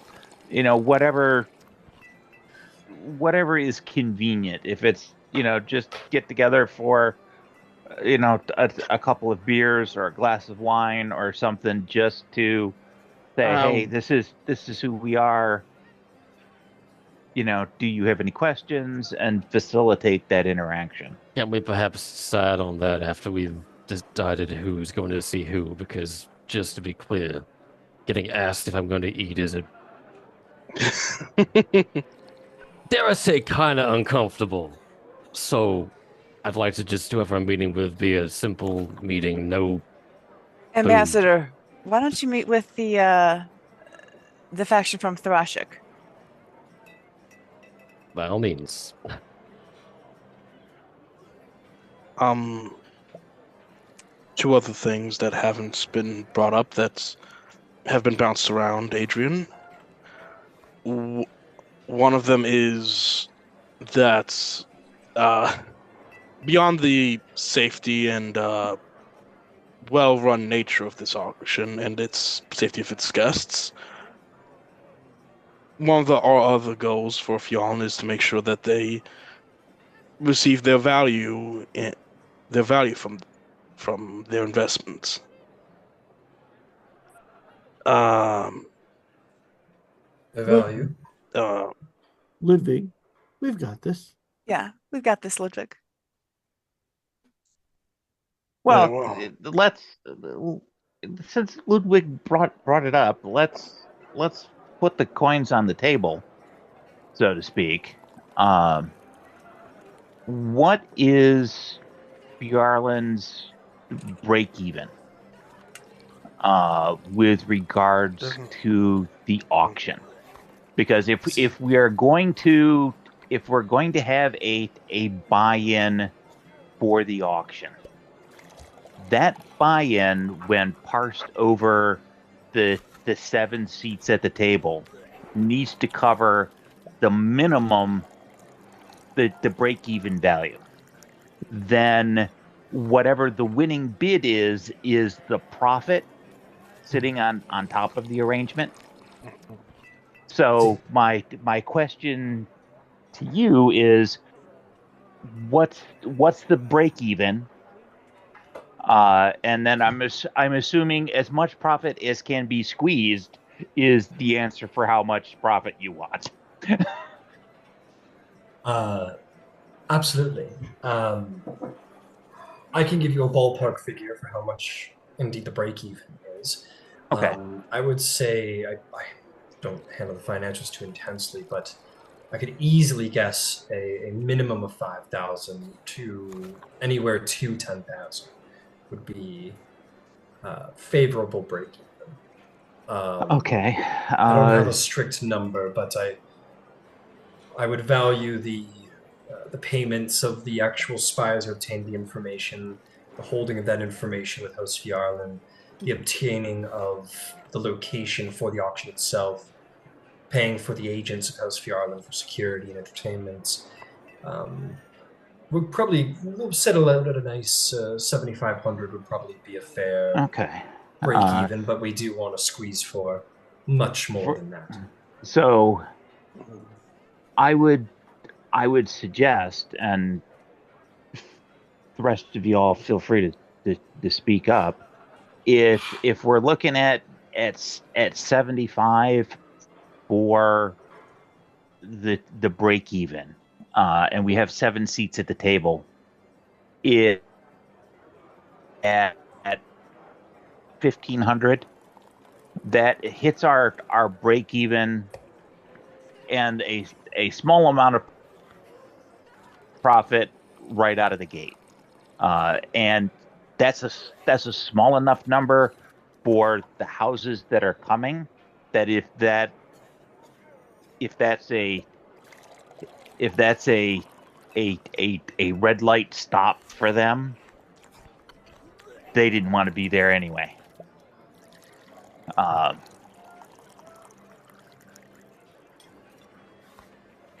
but that's just my thought. If we want to have a consistent message to have with the bidders. Um,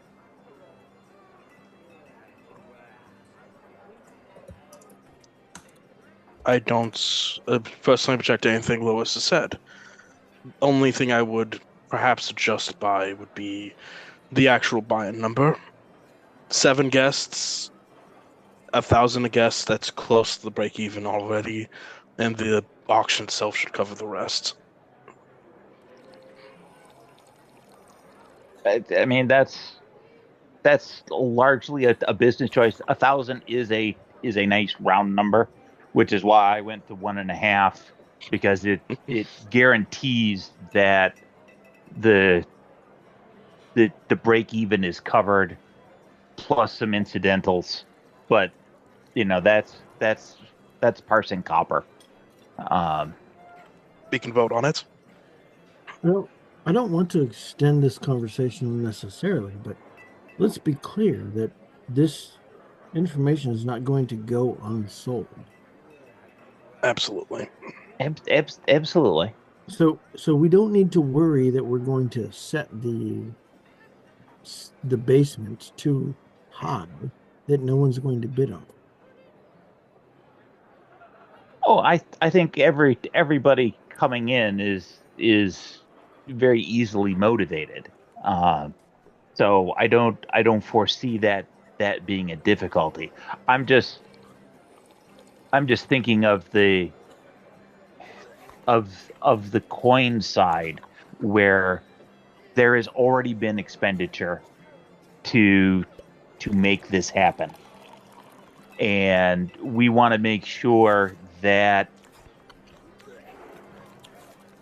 to do right by our patron, that we hit that break even return, but not in a way that we're parsing individual coppers.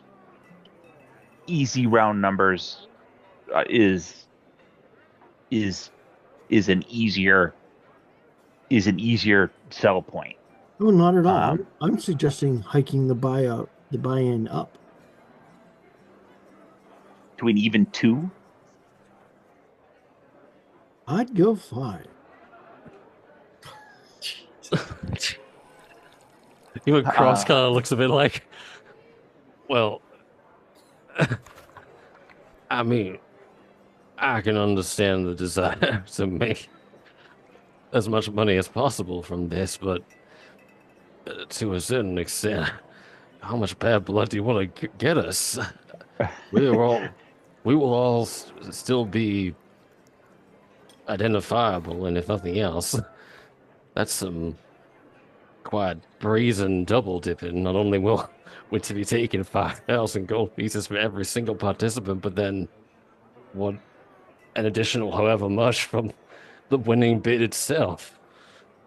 That's fair. Maybe we can't talk everyone into that. I feel, based on the assignments that were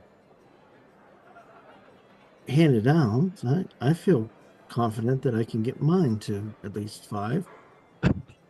Well, and that's up to your read of the bidder. I'm just thinking of accountancy and where the minimum values need to be. Hold on. I'm not a saleswoman by nature. I ask a lot of questions and I write some okay prose. But I understand enough about the business to know that you have to sell X if you're going to produce Y, and if you want to have a profit, then it's got to be Z above that. Yes. Well, Holden. Yes, Cross. To not totally discount your suggestion about this job buy-in, would your intention be perhaps to, would this be an attempt to call the participants? Perhaps, right? I mean, anyone who's not in it for 5, I don't necessarily know that we need to waste their time. Now, I'm not trying to necessarily,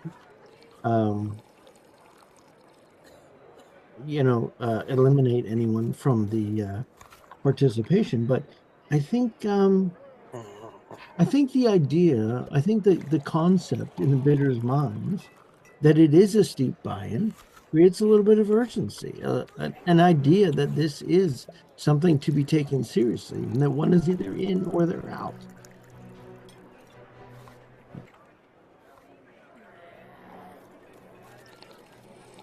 I can understand that. I think we ought to have a consistent message starting out. I don't think we don't want to slide the scale necessarily for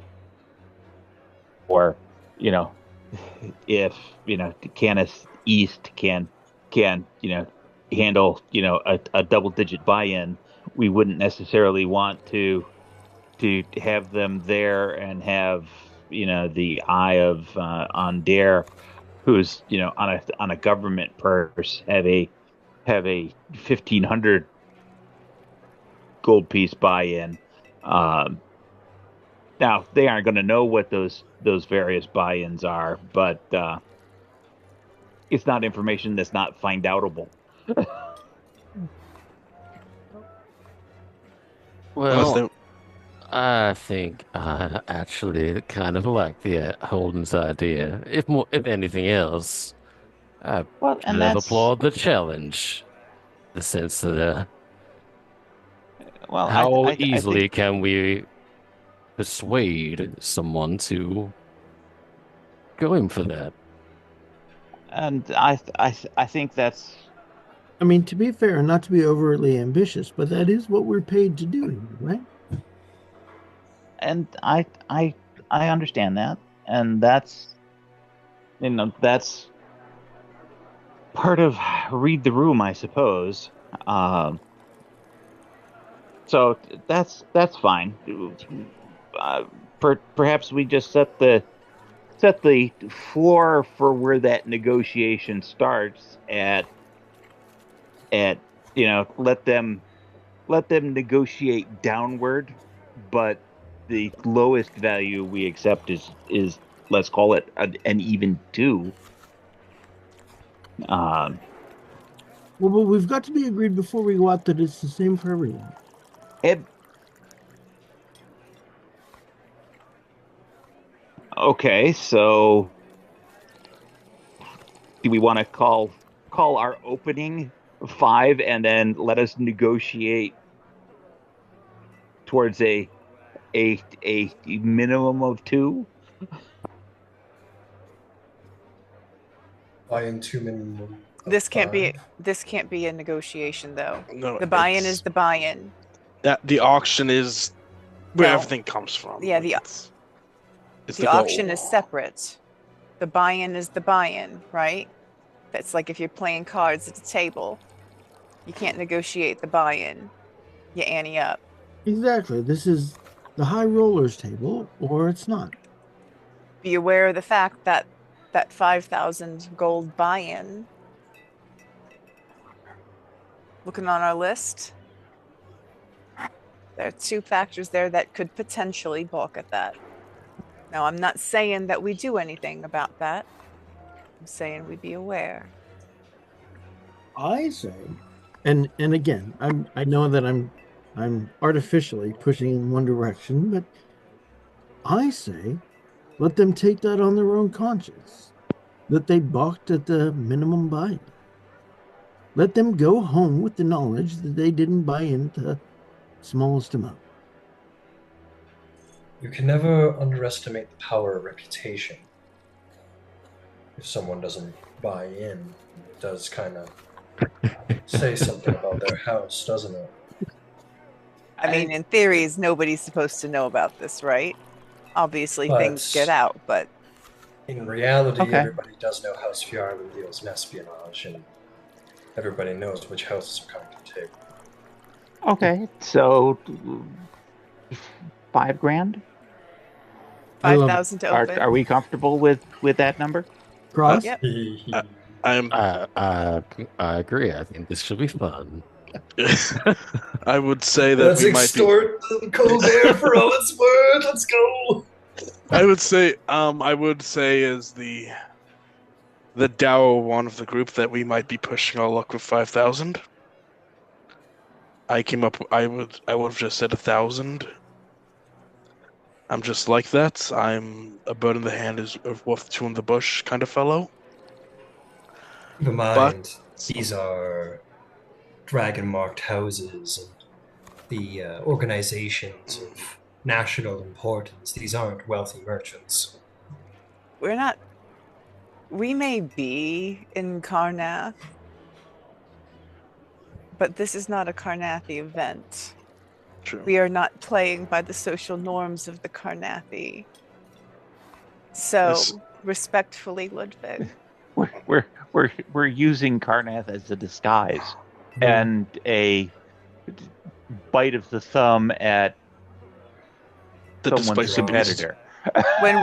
When we get to where we're going, wherever that is, that's where you shine.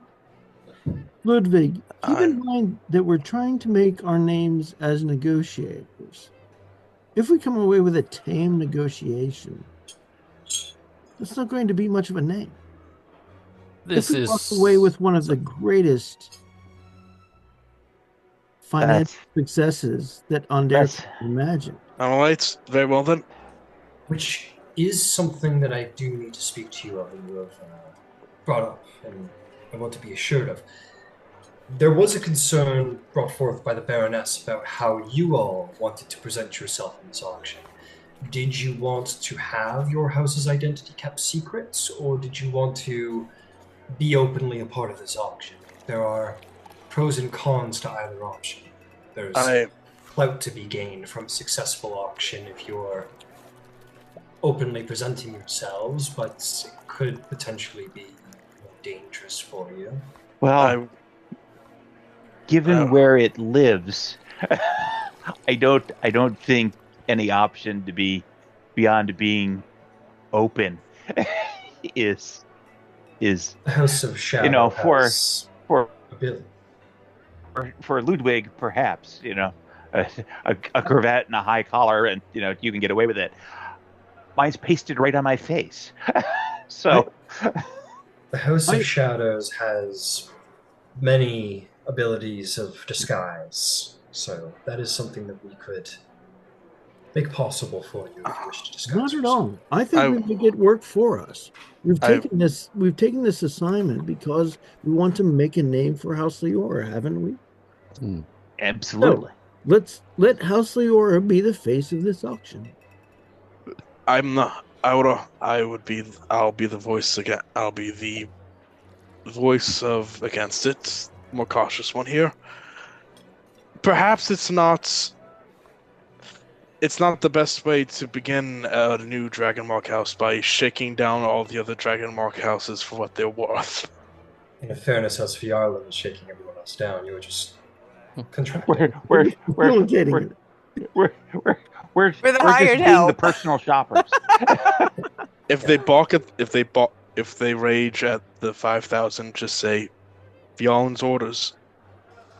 Well, no. Which do that. I mean, just say this. Maybe it is.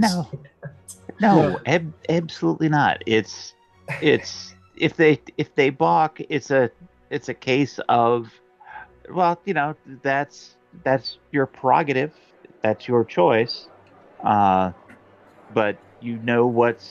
what's on the table, and exactly what that kind of information is worth, both in dollar and reputation. If you don't want to be a part of that, that's your choice.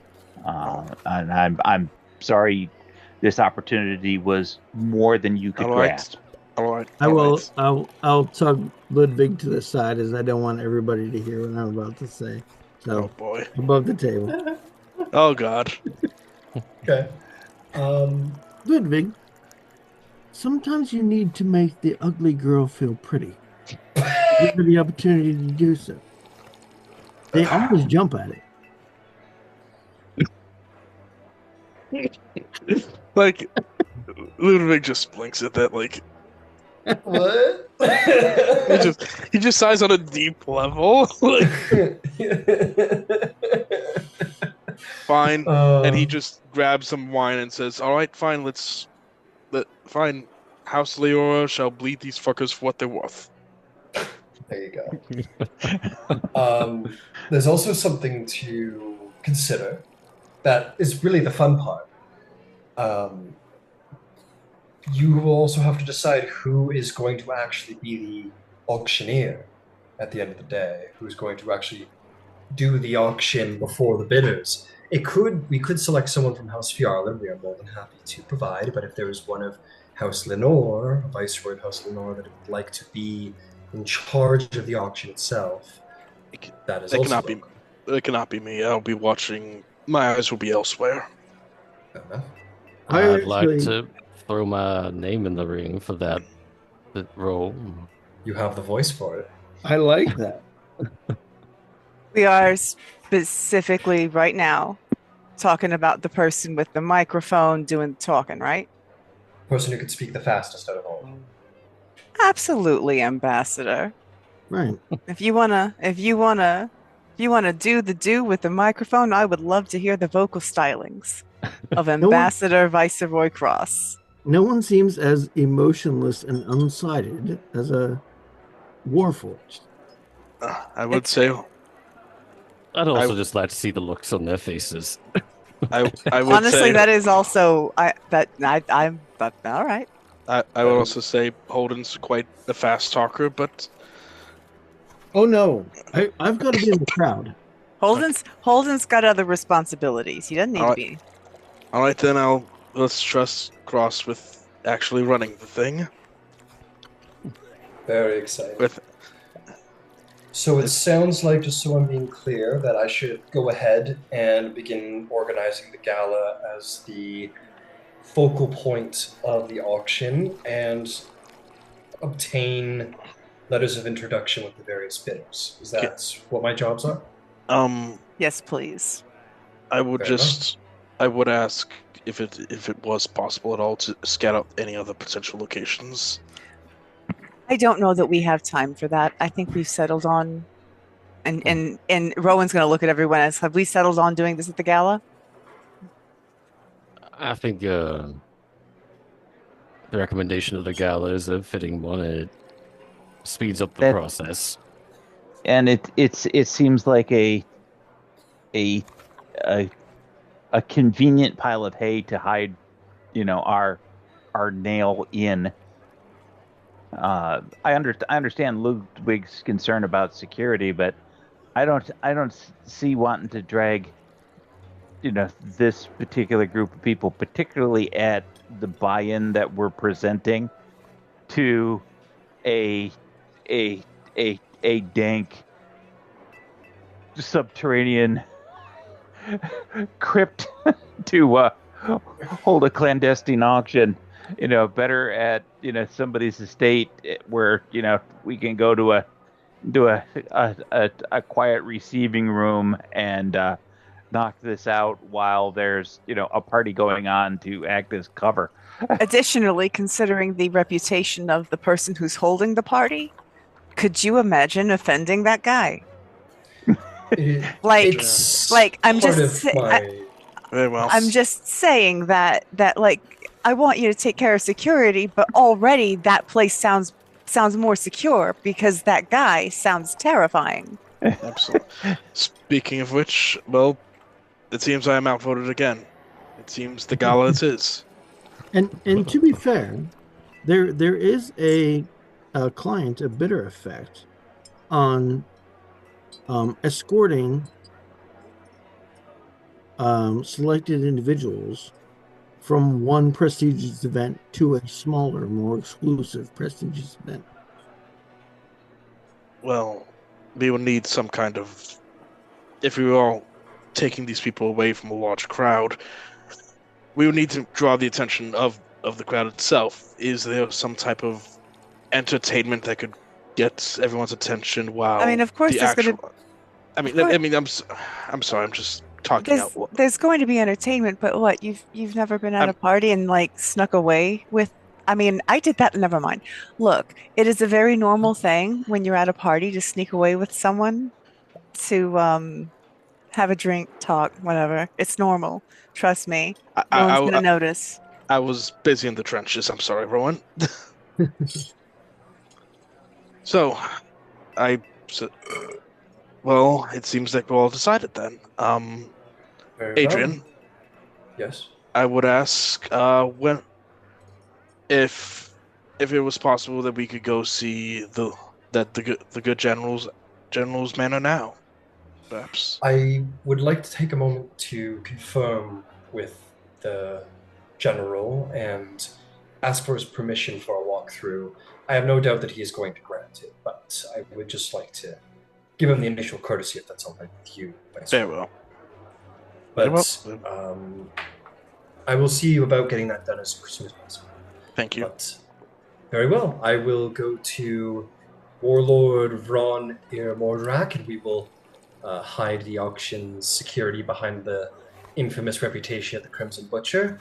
And I will secure letters of invitation to each of the auctioneers, each of the bidders in the meantime.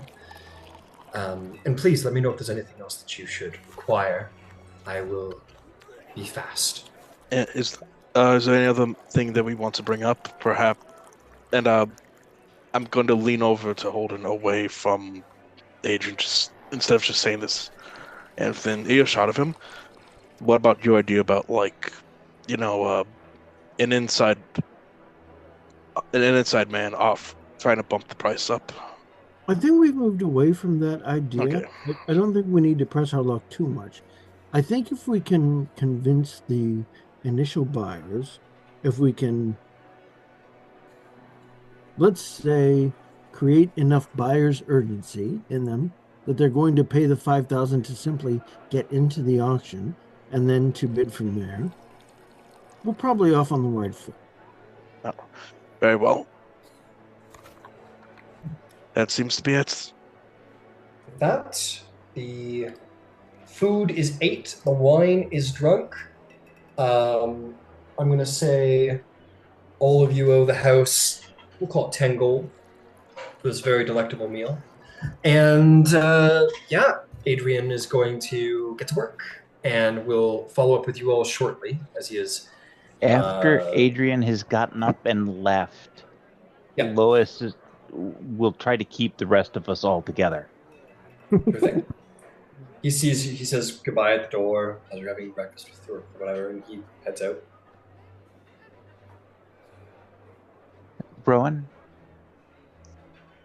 considering that all three of the Canis houses are here, and we have a variety of opinions and options,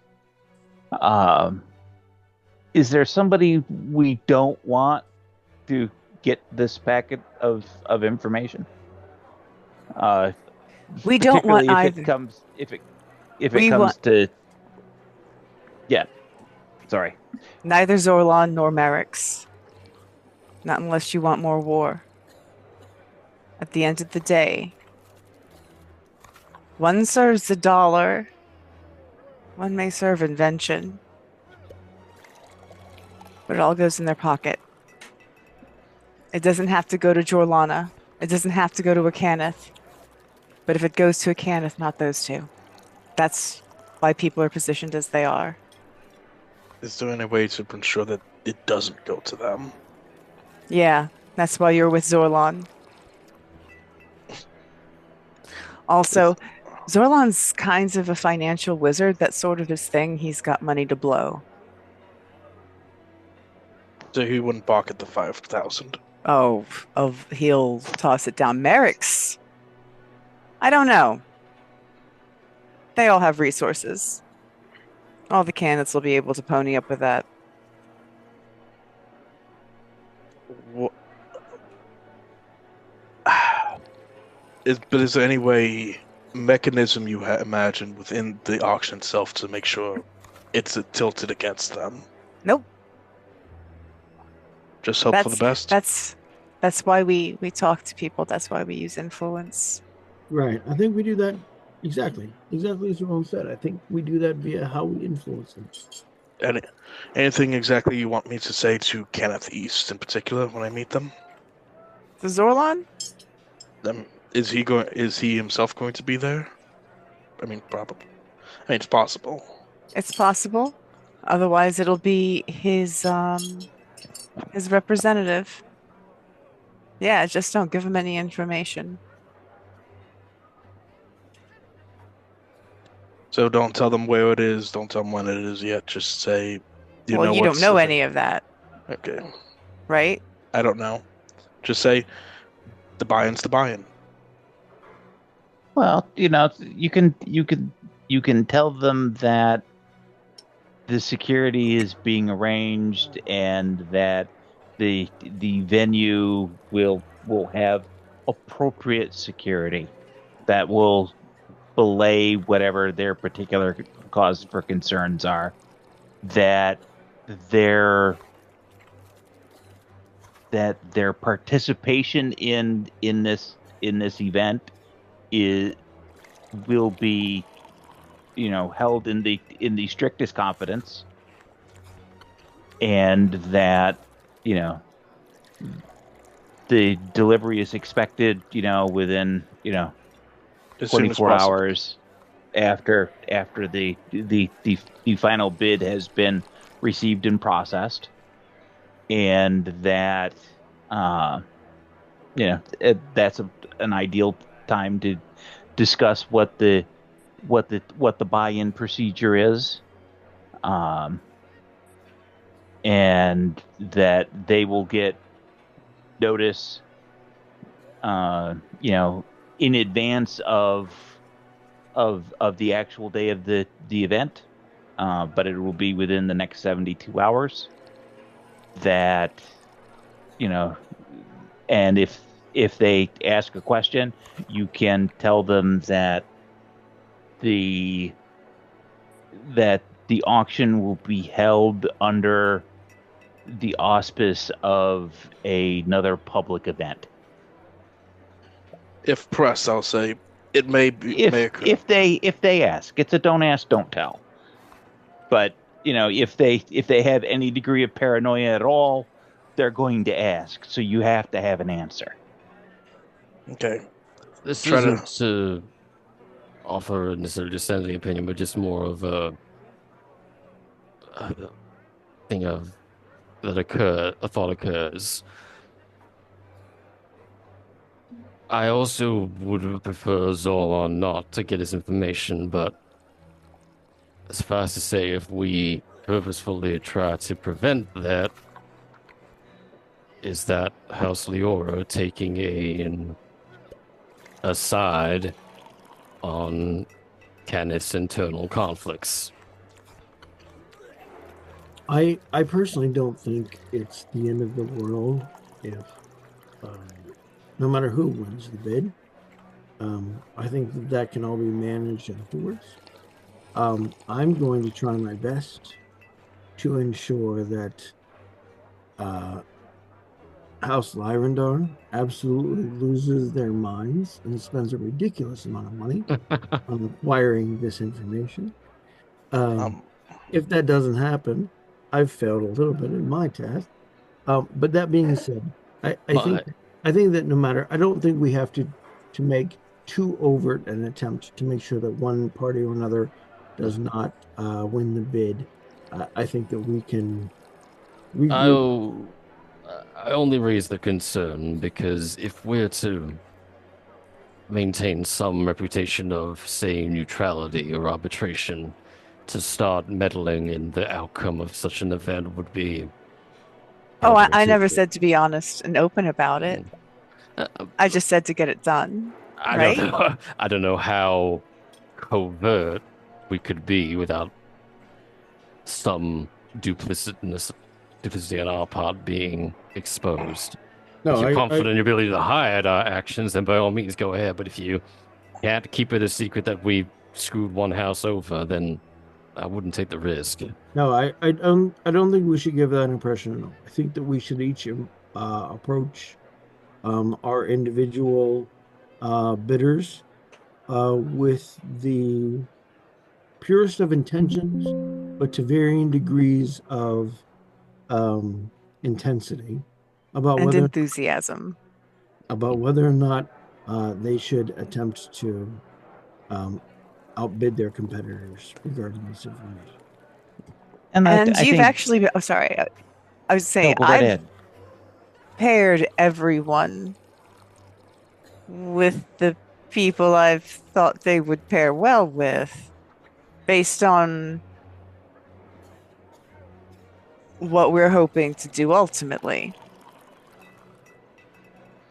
So I think you will find that that part is pretty easy, right? There's a reason that Holden is with Lyrandar. There's a reason I'm with Kenneth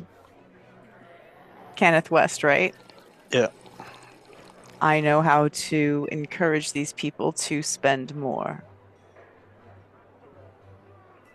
And I can handle my two subjects. I think Absolutely. the eyes of Undair are are going to be the the the long odd horse in this particular race.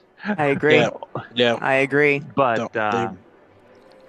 I I can certainly see them having a desire to get there. Um, so Lois gets it. And since it's just us, I think my my sales pitch to Canis South is essentially going to be a very polite, well, if the bidding gets up high enough, it will put, significant financial pressure on both Canis East and Canis West. So, that's the, if you're looking to push them out of contention and, point at, mismanagement and malfeasance, that's an ideal opportunity to do that, and let the internal animosity drive the behavior. Be aware that Merrick's will fall first in that battle, and he almost certainly knows it. To maybe not tell him that detail. I mean, do as you will. Do what you think is best, but know the environment, right? Know the terrain in which you're deployed. Absolutely, but in my mind, it's a matter of going, okay, we might not be able to win this, and that's fine, but we can run the bid up and drive everyone else out, and stick, potentially one of the other two Cannith houses with a high bill. And when they're facing these difficulties, then my smaller resources have not been spent. That improves my position. Possibly. They might. They would keep spending, even if it meant keeping the other one out. I could definitely. Zolan, like Rowan said, has very deep pockets. I could easily tell him. I could easily emphasize that Jolana is very keen on getting this information. From what I've heard, it's and emphasize it might come down between you and her for all I know, and he believes he's chummy with me. I could, to get influence with him, I could say, well, I'm not supposed to say this, but it's supposed to be at a public location, a public event of some kind, and no. It's just one idea. That is no. Don't give them anything else. I mean, they don't know that that's something that. The only thing this meeting is you want come, you pay money. Someone will tell you what. Like you don't have to give them anything other than the information. This is what it costs. Are you coming or not? That's the only thing you're sent to do. That's all you got to do. True. So don't say others are coming. I can't say who, but others are coming. He knows others. He knows that already. And if it's an auction, they're going to know that there are going to be other high-profile folks involved. They're going to have questions about delivery, personal security, keeping their name and face out of whatever. Those types of questions. Absolutely answer those types of questions. So how you answer those questions, you can slant to drive behaviors. So I say for example, Zolan, we just say, here's the buy-in, security is going to be guaranteed, and what else? That delivery, once the final auction payment has been processed, will be, by the following morning. Should come within a day. Within a day is a much easier turn of phrase that pads the clock. It lets them know that there's some immediacy, that they're going to get the goodie right away, but it's a little blurry at the edges. Okay. It's not going to be, meet in the town square at high noon. Okay, so I've entry fee. So I just emphasize entry fee, security is guaranteed, and delivery will happen within a day once the money is cleared. And the individual who you're meeting with, may have more discerning questions depending on their nature and purview. And that's your best guess. You've met this man before. You have an idea of what he's like. If it's not him, it's going to be one of his representatives. So you kind of know what the underlying ethos is. Just behave inside of those bounds. There's a bunch of don't ask, don't tell.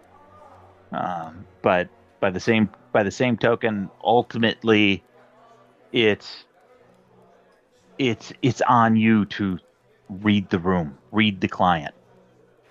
Um, but keep in mind, our client is actually House Fjarlin.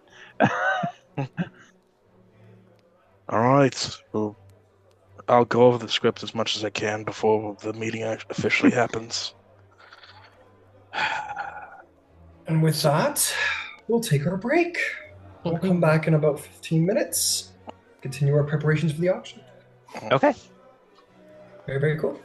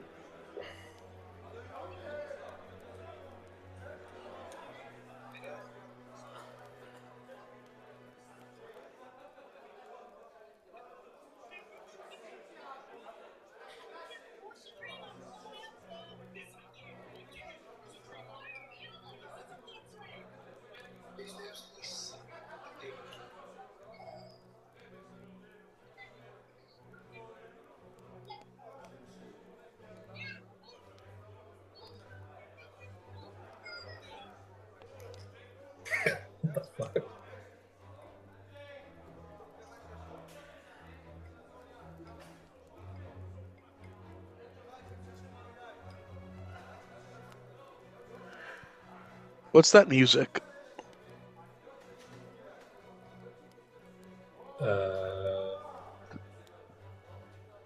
The orchestral, whatever music. I'm hearing yelling or in background. Oh, I was on my phone. I apologize. Oh, okay. Do we have Robin? Hey, we got Robin. That's so cool. Alrighty then, well let's get right to it. I'm glad you guys picked the masquerade because I have such good art for the masquerade. It's great. I didn't mean to just like give you one recommendation. I was like, oh, you guys got ideas. Yeah, I was like, okay, here a couple. I was like, well, either one or a couple ideas. Everyone's like, no, gala, that's it. Everyone plays dress up. Which I really appreciate that. I was actually thinking about like, okay, here's like an abandoned temple to the Beloved Vol where we can hide down and do it, but like, no, oh no, okay, well, we can be in the middle of the night. No, Oh God, okay then. it was never going to be that. Like that was never an option. Like they actually made a point of wanting to make an affair of it. It was never going to be something low key. That was one of Yeah. that was a specifically stated objective from the Baron herself. So your job was always going to be to secure whatever was there. You were never going to be able to pick something secure. Okay, just secure. Okay, that's okay. That's just out of my hands now. Now I know how the Secret Service feels. I'm very, yeah. Honestly. Sorry. Yeah, but it's like those videos of Obama when he was just walking outside the White House to like some burger joint or whatever, and he said hi everybody, and the Secret Service agents were just sweating bullets. Yeah, that's the toughest security job out there. Okay, so all right. Well, we're gonna speed things right along. It does not take long for your new companion to find you guys. But before you do, I assume you guys just kind of like hang around the inn for a bit. Laceberry Cross. Yes. Yes. That's you. When you return to your room, you will open the door, as one does, and very like super not chill like. There is a Warforged standing in the middle of the room, not sitting casually or like looking all like, oh, look, oh, what took you? None of that shit. Just super in the most unchill ways, just standing in the middle of the room, staring at the door as if waiting for you. In a long black leather duster jacket that goes down to about heel height with a hood and scarf. Is this like sleek, like integrated plate armored Warforge standing in the middle of the room. Is it the same one I saw when we arrived? Sure is. Hey, I caught that. You did. You caught that. Absolutely. Sort of gently close the door behind me.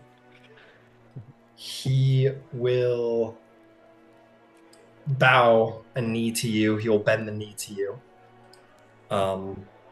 And he will say, Evangelical Cross, I am Scout Shell.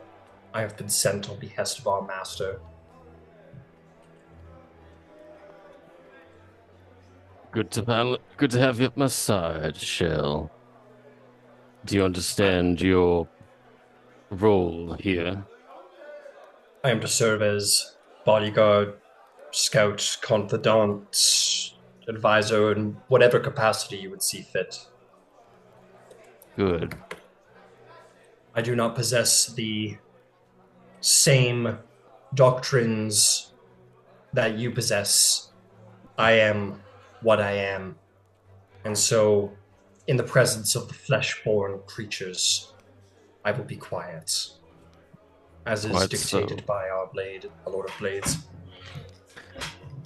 For the time you're at my side and in my presence, you are an extension of myself. You are the hand that reaches places I cannot. You go where I cannot, and you do as I say. You do not speak to any of my companions or to any of the fleshborn as you say.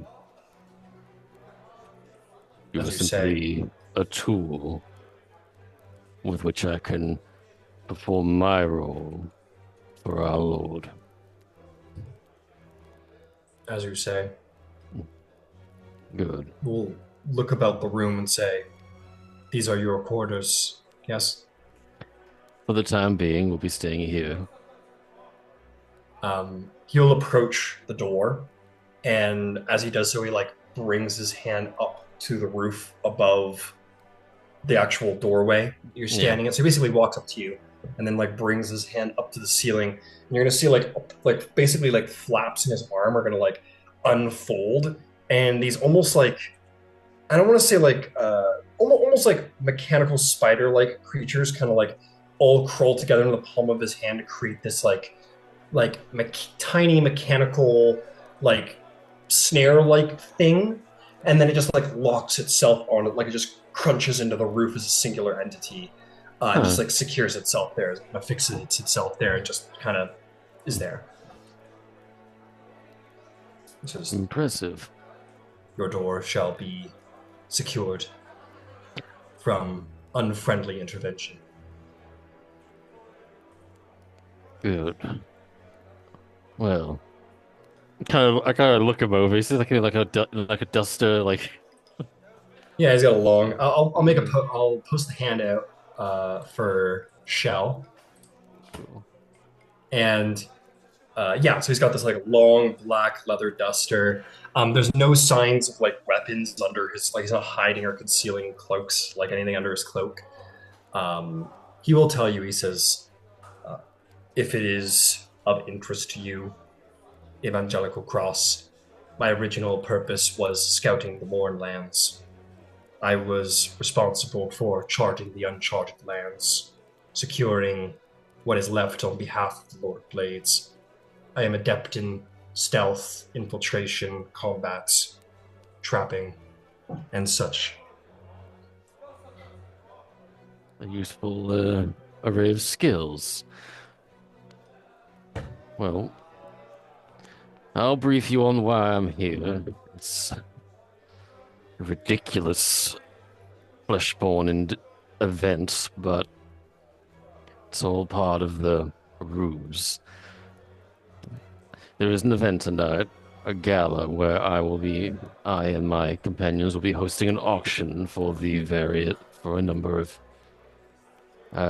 dragon-marked houses to obtain the location of Kara Irvath.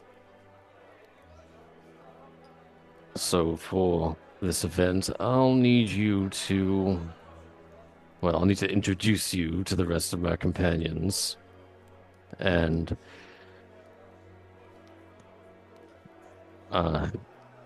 you'll have to somehow tolerate taking some degree of orders or direction from Ludwig Drager. He's in charge of security for the event, and as my personal bodyguard, you must be present for that. Just to do as he says, but to an extent, my safety is still your priority. I am to take orders from a human.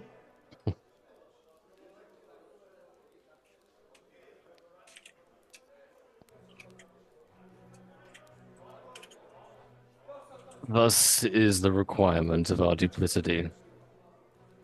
It's You not see that. pleasant. Oh, go ahead. It's not pleasant, but it is necessary.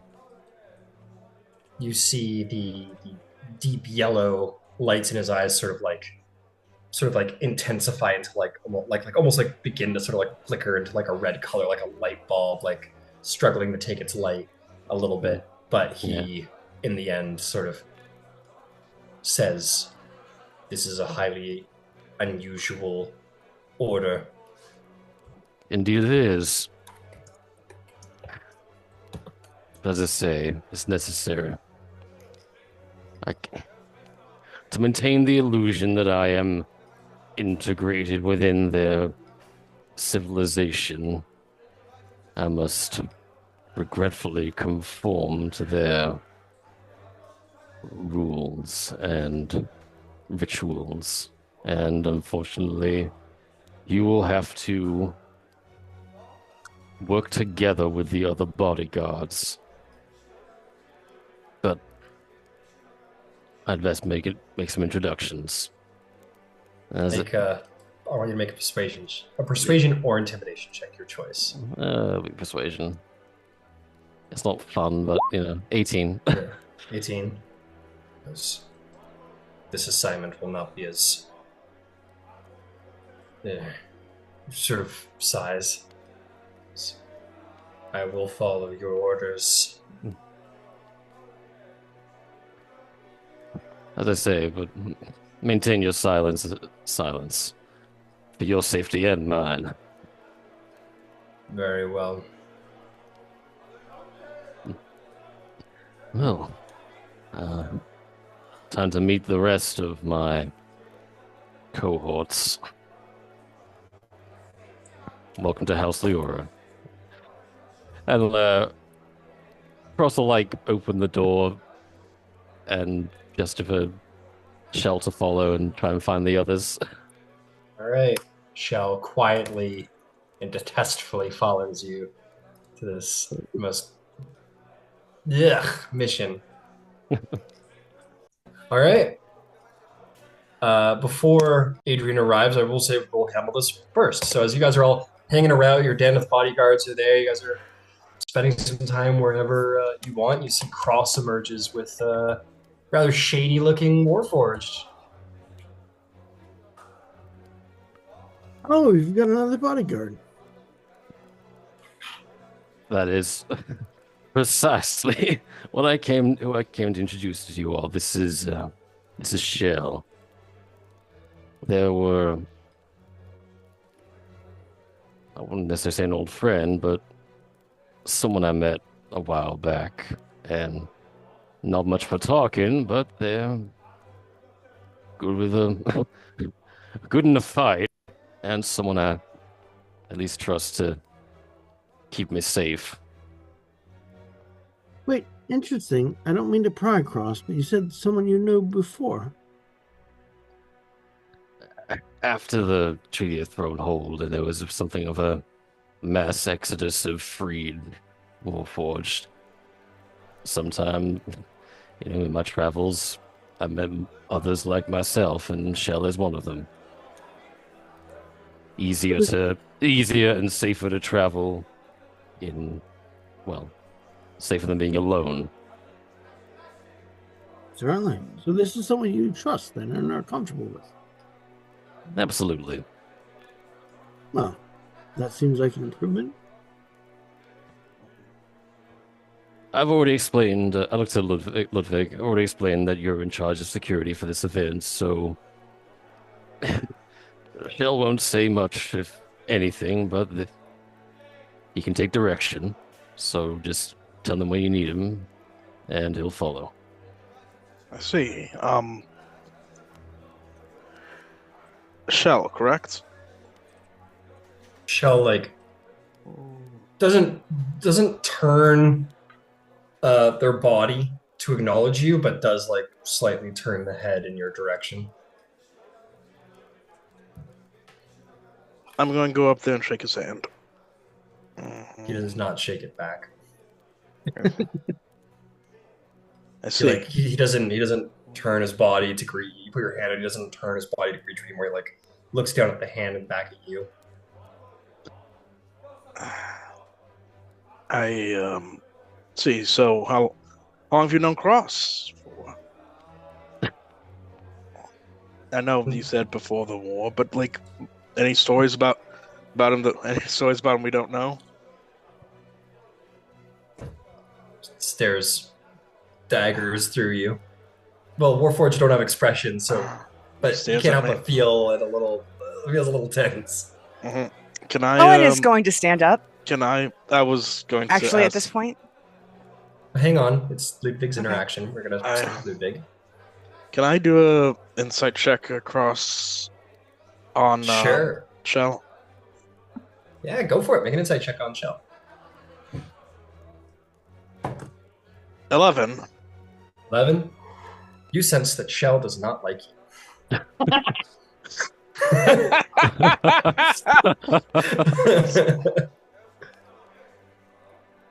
Keen That was a low insight. DC. I see. It was a very low DC. Cross, can we speak outside on the balcony, perhaps? By all means. Shell proceeds to follow. Privately? He'll wait outside. It's okay. Shell does, as ordered. Do you... Yeah, close the door. Unique friend you have there. Like I said, not much for talking. That part I respect. I can understand. But Sorry. Cross, I've been put in charge of the entire security of this fledgling house. And after what happened with Ryan, remind me, it's House Tarkonnen. After There you what go. happened with House Tarkonnen and nearly losing Lois, I'm a bit more on my toes these days. Hmm. I understand that you have full faith in him. I've thought about bringing in other people from the outside. But we need to be more careful now.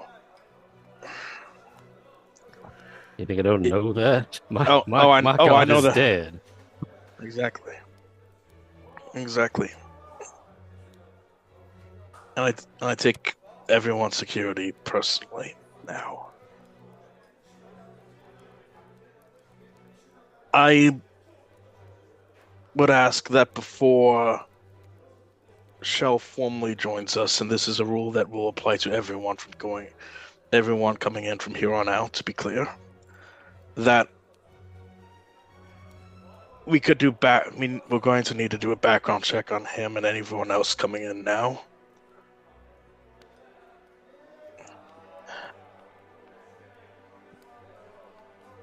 That, I don't know, that may take a while, but there is... To be Yes. clear, I've taken Shell on as my personal guard. They're only here now because this is where we are forced to be. They're not here specifically for the auction.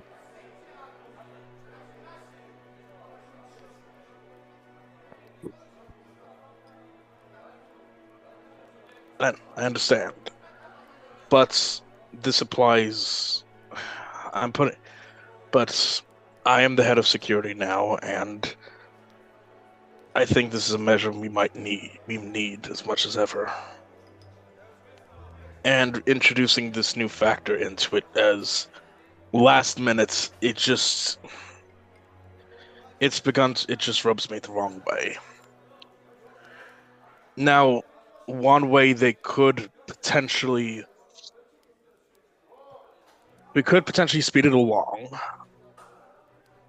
We do have a few days until the auction. Is Lady Madani of the Advocates of the Chalice.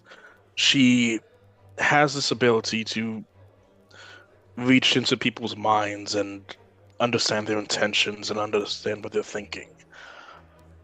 She did it with me. She did it with me, and she felt like she knew me in that moment as much as anybody. And I trust her as much as anyone. Would it be possible? Have you looked into her mind?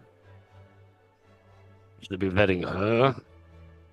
Is there any... And your close friends and companions and people you make contact with? Ludwig, I appreciate that you're worried, but I'm not about to throw someone who I trust to have their mind picked away at. My mind was picked away at, and I'm still standing here just as well. Well, that's your own mind. I'm not going to force it on my friend. And that may also say, sorry this last minute, but would you rather I had no bodyguard at all? I'm trying to manage my own safety.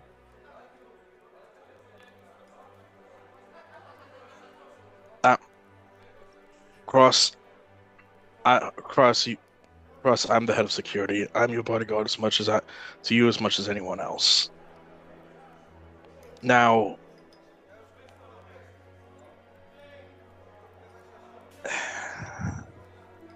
I understand that tensions between the Warforged and everyone else are fraught, and I have no intention of coming across disrespectful, but I do think this would need to be required.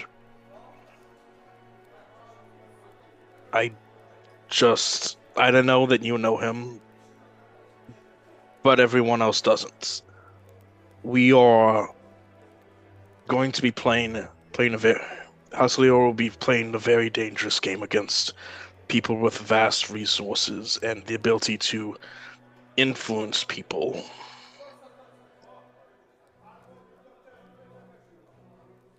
I'll be blunt. There is nothing you can say that will make me agree to having a close friend of mine have their mind picked away at for the illustrious ride of keeping me safe. All right, if you don't want his mind to take... All right, I understand. The mind can be the precious thing.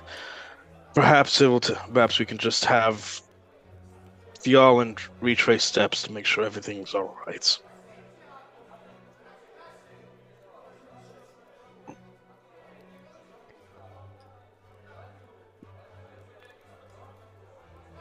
Cross, might I be frank? By all means.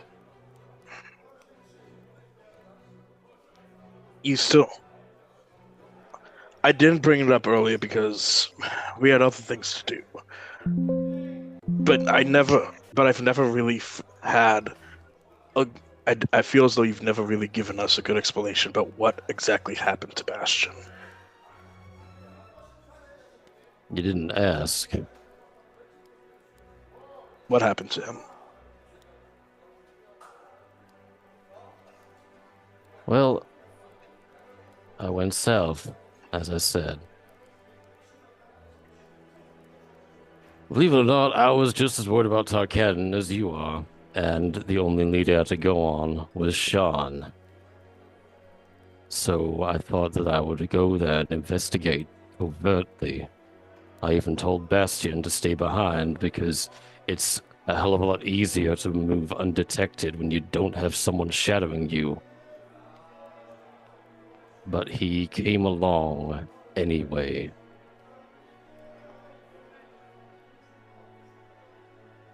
And that got us ratted out. Well, spotted. And well, I was inside the lion's den. So what do you think happened? Play it through. What exactly happened? The best you can remember. I figured it would be a multi-day excursion, so I went to an inn to try and find a place to stay. Took barely an hour before Cannon made them move and struck. Bastion covered the escape, and I ran. Took the first lightning rail back. Can't say I saw him die, but I just don't see any chance of him making out of that. Did you see him die?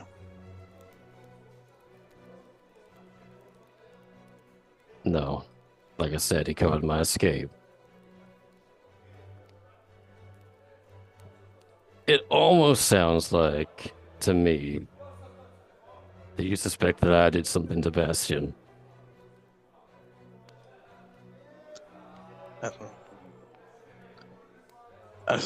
I suspect the things we're all hiding that we don't like others to know. Things we're embarrassed about, to say the least. Ryan, do I believe what he says about Bastion? Muted. Oh, sorry. Yeah, insight check, Ludwig, and cross a persuasion or deception check, depending. Send me the result in which you rolled. Cool. Let me double check my features. Hold on. Okay. Oh, I'm just double checking some. Okay. Okay, let's go. I'm gonna add second wind to that vulnerability check,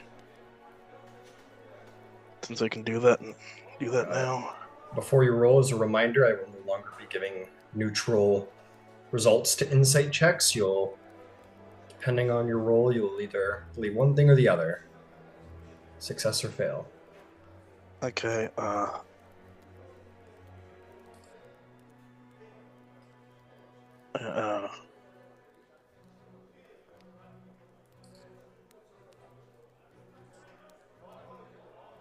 10. 10? To the best of your knowledge, he seems legit.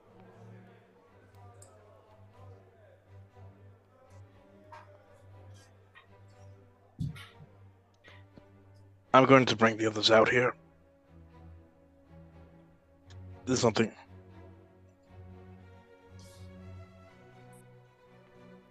If that's all right by you. Depends on your intentions.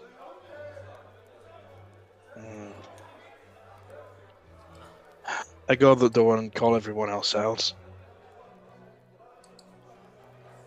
Wasn't a yes or a no. Yeah. I thought that was a yes. No, it was. It depends on your like. It's quite like what do you? Depends on your intentions. Okay. Like what do you want? Oh, okay. Oh, okay. I think this is a conversation we all need to have now. Well, there's a lot of what you think everyone should do. Cross, I'm the head of security. People's lives are in my hands. You're the head of security for one event, not for the rest of our lives. Feels like maybe I should be. Someone has to do it. I'm quite fine handling my own security from now on, I think. You want to be head of security for the event, that's fine. But as far as my own personal safety is concerned, you can stay the hell out of it.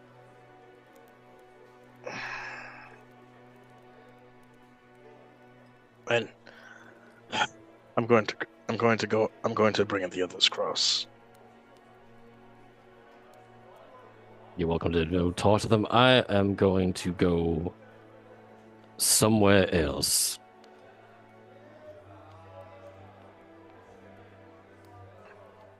All right. If that's your will, go. All right then. And I open the door for him. Yeah, we're going for a walk.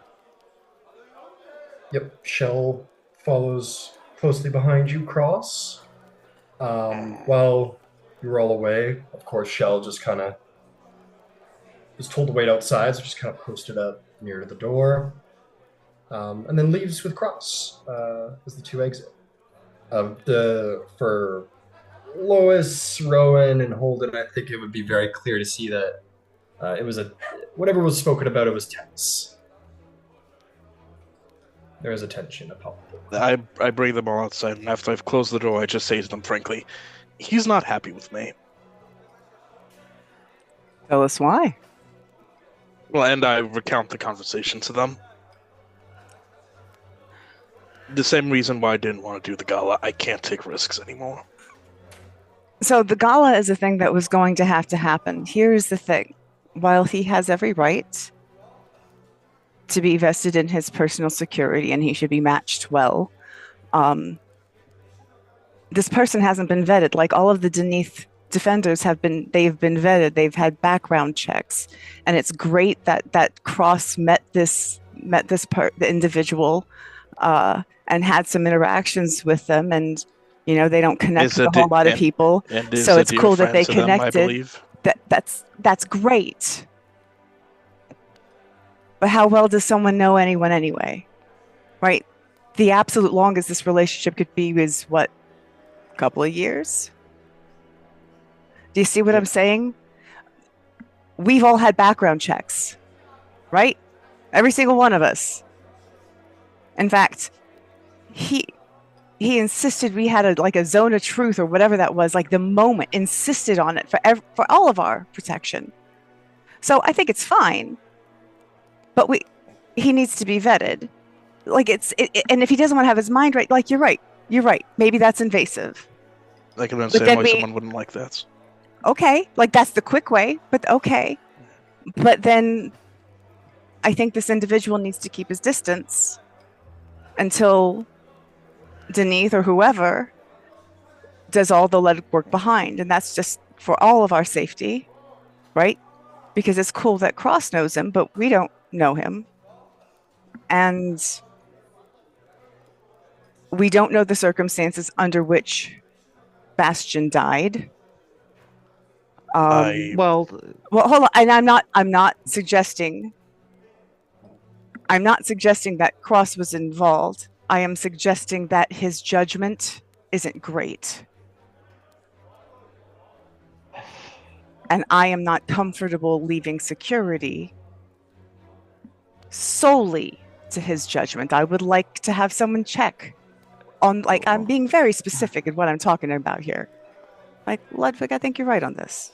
I'm going to attempt to provide a devil's advocate for Cross. Absolutely. He had an idea because he shared with us that he went to Sharn and there was an incident with House Thorani in Sharn which resulted in Bastion's death. Right. He has reached out to some of his contacts amongst his people and has found someone who is willing to take on that risk. Which I respect. And Lois will turn to Ludwig, if it was a sergeant that you served with and you had seen whatever trials of combat and you wanted to bring them on as part of your personal security,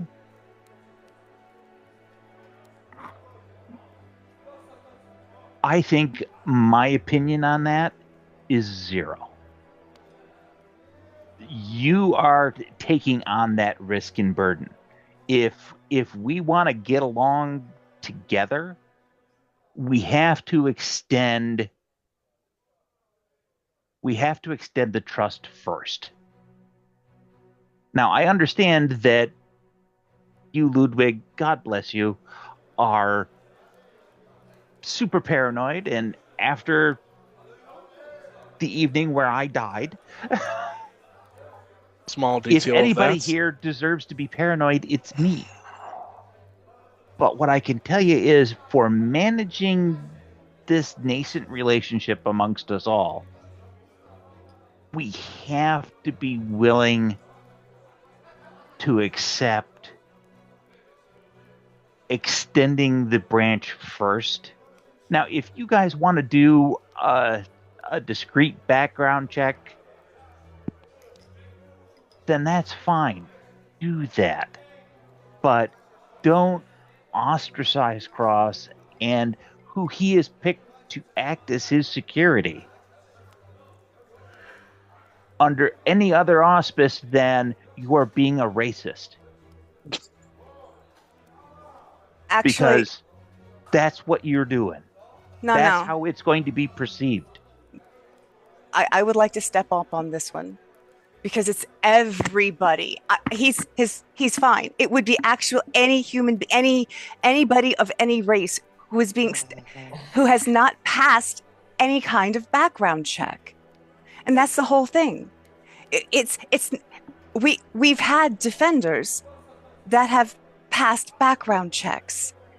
We have We don't know defenders this. that were assigned to us. Yes, And other than having those discussions and them coming from House Deneath, that's all that we really know. I've had some more personal discussions with mine, as I'm sure each of you have with yours. but House Deneath is a mark of quality, like House Galanda, like House Civis, right? Exactly. This individual's not from a house. No one has ever vetted him. Cross has made his choice. Cross has vetted him. Cross has made some very bad decisions. What you're saying. Okay. I'm Rowan, not saying that he hasn't. If you want to run a quiet background check, then by all means do so. Do you acknowledge that Lois, this puts us Rowan, all but at danger, and he's asking for an exception, and Okay. he keeps asking for that's- exceptions. Really? He's Then why not doesn't he asking take? for an exception. Then why doesn't he take a Deneath defender that's been offered to him? Do you see what I'm saying? Rowan, Because he has had Cross, no success Lois, with the ones Rowan. that he's had. He's selected somebody that he has faith and belief in. Okay. Can I say something? By all means. The only way I'm going to be comfortable with this, honestly, is if we do a very thorough background check. Ludwig, go ahead. Your turn. Okay. I think Lois makes some very, very excellent points. I have thoughts. I've spoken about bringing in outside people, someone I've trusted before, and if you all said no, you're not comfortable with them, then very well, then let's do the background check. I'm willing to extend myself the exact same thing as Cross, and to his new friend Shell. But but the sense I'm getting here from you, Rowan, is that this isn't just about Shell.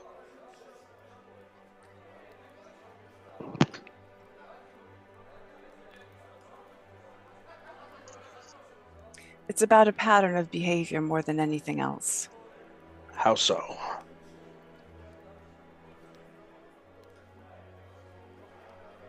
We can talk about this privately.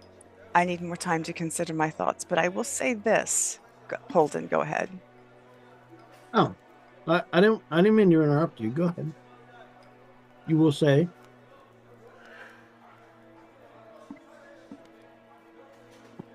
I am not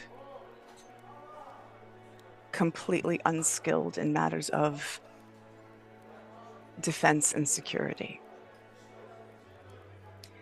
It is not unreasonable to ask that an independent party does a background check before employment because it puts everyone in danger. Now, if this is how we want to do it, that's fine. I've said my piece. I'm not going to scream up and down about it. But everyone here needs to understand that this guy could be a snake in the grass. And he could be great. We don't know. That's all I'm saying.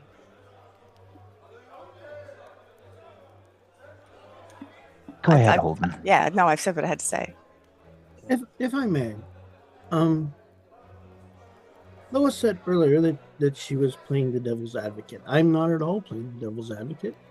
I have my own opinion on this, and this is very much my opinion. There are a number of people who have aided us, even in our very fledgling existence so far, who would not stand up to a fantastic background check. As many of you know, you've all met No. Pestle. He is Who's Pexel? Who you been talking to? Pestle. You met Pestle. Okay, Yes, I have. Pestle Okay. is a common street criminal that we've all met from day one, who set up our original meeting place for us. He wouldn't stand up to a background check. He's That- not here right now in this circumstance, right this second, going to do an auction. That's very like, we're not talking about being at home, right? I am speaking about this very specific circumstance here. Fairhaven is your home. It's not my home. Fairhaven is as much foreign to me as Karth is. Ludwig, I agree with you. But by all means, I would say that if we're to have any, if we're saying that we can't have any outside relationships, that is not what I am saying. that don't go through a concerted vetting effort, then That is not what I am saying. that makes this all very difficult. We're talking about security to the closest, like the most. Are you serious, Holden? Are you seriously not able to discern the difference between security at the innermost level of something and a general person that's kind of an acquaintance that's working on the outside? Please tell me you can see the difference in.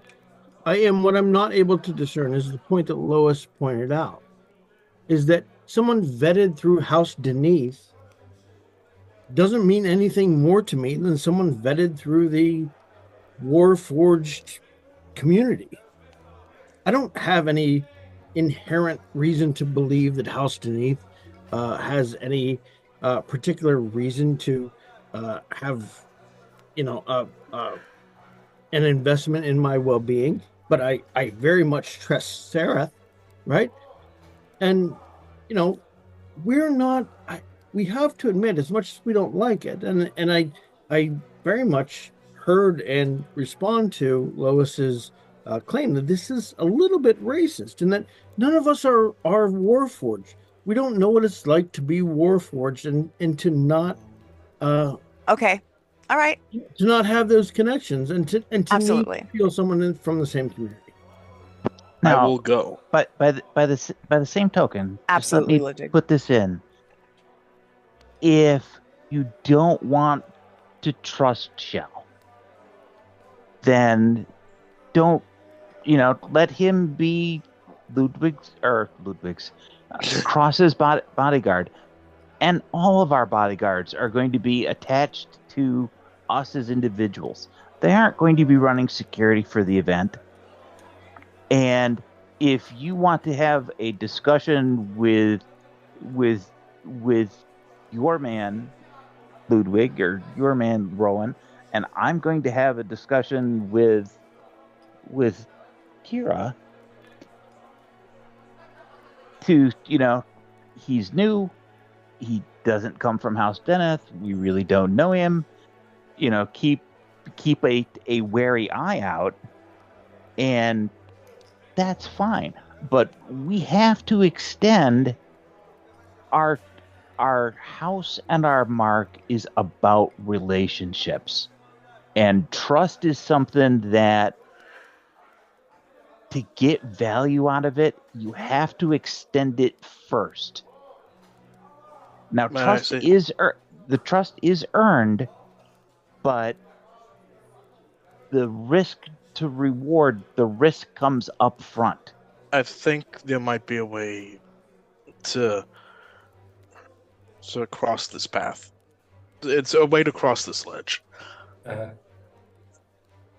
Sorry. What if we allowed Shell in, but on the background did as much research as we can without it being upfront?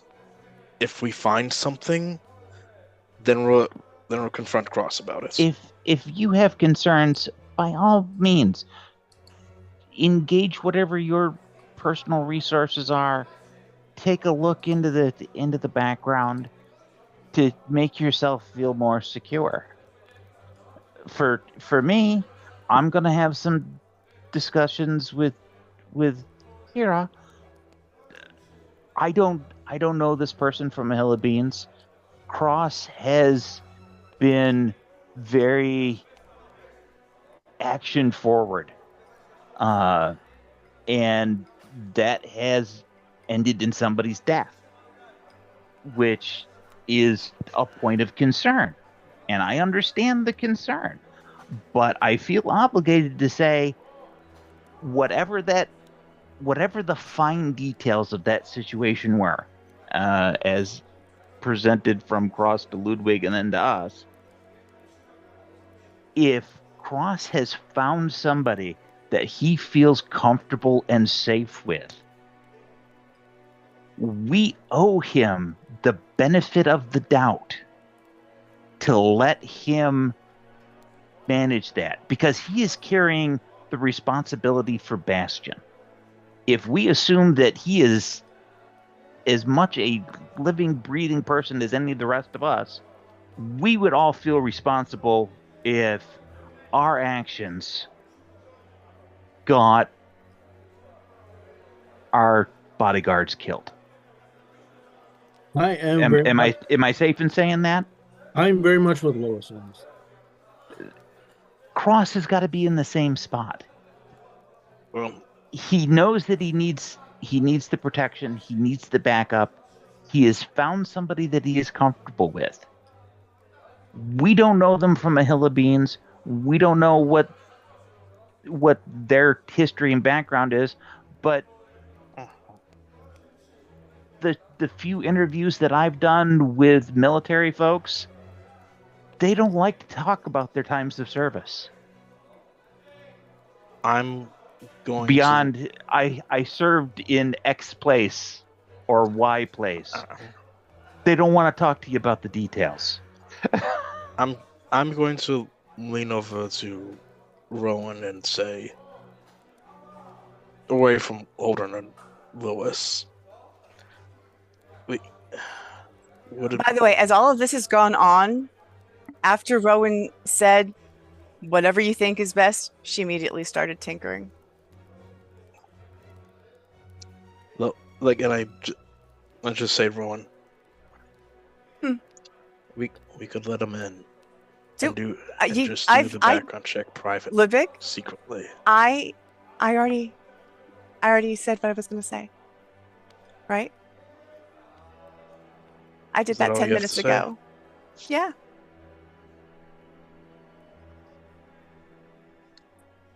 Do whatever you think is necessary. Okay, then. He goes over to Lois and Holden and says, Rowan never left. Like, Rowan never physically left. She was she just sat there. So, like, if you did that, you did that in front of them. Okay. Okay. I didn't get up and go anywhere. Okay. I talked to Lois and Holden. I'll talk to Cross. I'll tell him about Shell. I'll tell him I've changed my mind. That after Ludwig, may I suggest the following? Do the background check quietly. That's going to make you feel more secure. That's what I'm suggesting. What I'm going to suggest is, rather than you, because there's already fraught between you and Cross. Let's give that a little time. Let that come off the stove. Perhaps Holden can act as the intermediary because he seems to have a pretty good relationship with Cross. Let him take that,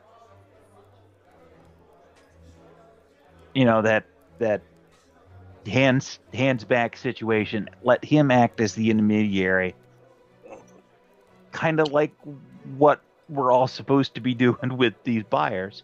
Let him handle that interaction. Tamp the fire back on that particular burner. You do what you need to do in order to feel secure all right. about that situation. Okay. Lois, That's Odin. Very well then, but I'll ask two things. One, we keep the information about this background check secret.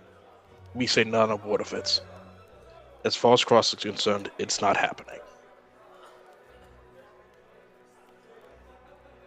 And Holden, just keep that secret from him, and you can go talk to him, tell him that not only have I changed my mind, that you specifically changed my mind. Yeah. I'm actually surprisingly good at keeping secrets. You specifically, Holden, changed my mind. That's what I would like you to say to him. Absolutely. Thank you. We'll transition over to Cross, and I do want to give my four friends. Yeah, I'm gonna give the four of you inspiration. A very, very interesting conversation. I think some very.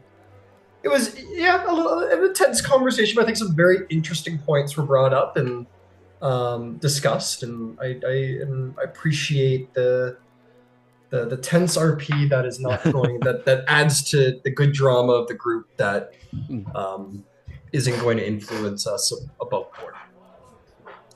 And meanwhile, in the streets, Cross, you're out in the streets. You got your guy, and he'll start speaking now. And he is going to say, "The promised time cannot come soon enough." You sure said it.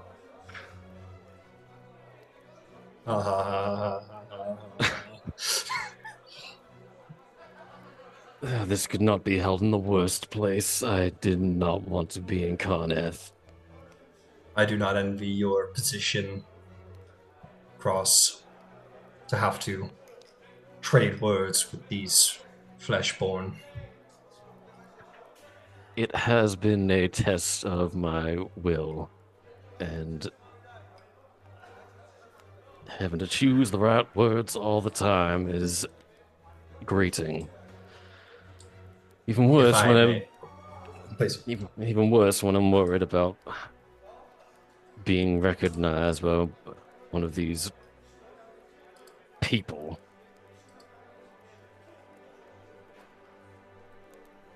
May I ask about your mission? Go ahead. I was not told of your specific directive. I was informed that you are now in possession of a dragon mark, but not what your mission pertains.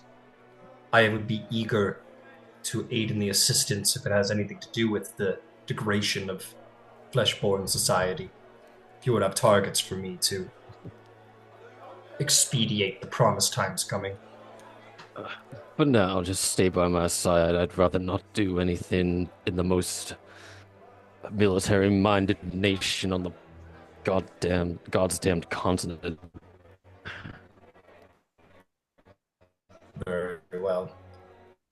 The mark is just an unfortunate addition to my already great weight of responsibilities. I have to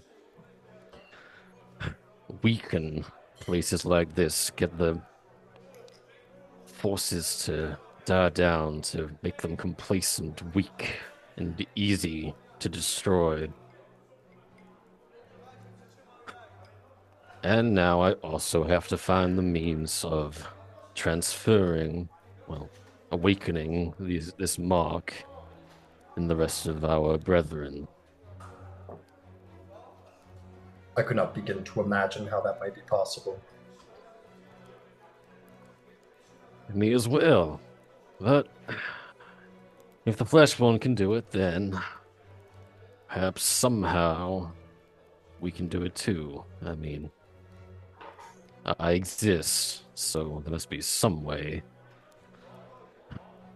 Perhaps in his great wisdom, the Lord of Blades possesses some knowledge of us that may aid. Hopefully, he will bless us with great knowledge. Me as well. If there was any... Oh, if I could use a hint, that would be a great time. Have you considered perhaps attempting to steal the knowledge of Warforged from House Cannith?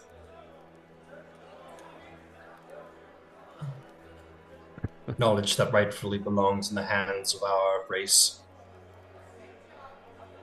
The thought has occurred, but my house is, well, the woman, human, Rowan. She's from House Kenneth. It makes it difficult to openly attempt anything like that. I could attempt it indirectly. I am proficient in the art of stealth. That might be something to consider, but you'll have to wait until we return to Fairhaven. This current task is, well, as I say, we're in the middle of a nation wholly devoted to military might. And worse still, I made an unintended blunder. Our sponsor, House Fiallan.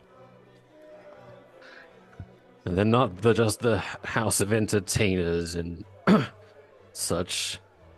They're the house of espionage. Cross like visibly just like kicks the floor. Yeah, you kick some. You walk by this tiny little newborn puppy. You kick him. I would say kick a puppy. I'm kidding. I'm kidding. Kick it raw. It's shaped like a puppy, though.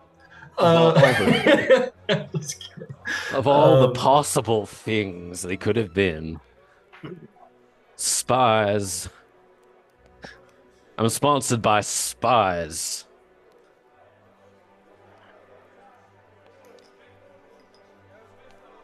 If you require that certain voices be eliminated that learn more than they should, I remain your left hand. I'm sure we'll come to that eventually, but for now, just play along.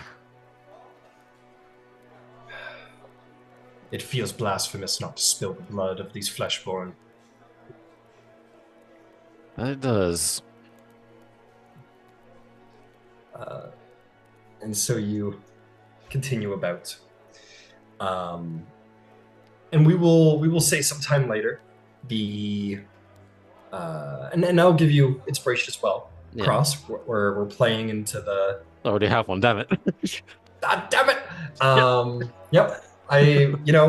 We're playing into the tension, and that's okay. There's nothing wrong with that. That's very okay. Yeah. Incredible. So eventually, well, let me ask, Cross, is there somewhere you're going, something you want to do? Or Not particularly. Cross is just taking a moment to like. This is kind of like the first time Cross had a moment to talk with someone who's not, either, very obviously like there was the other, the mouth of Sauron before, but this is like the first time he's able to openly talk about this in ages, and You just, finally just have de-stressing a little bit. Yes. finally have a vent, a confidant, Yeah. who shares your views. Incredible.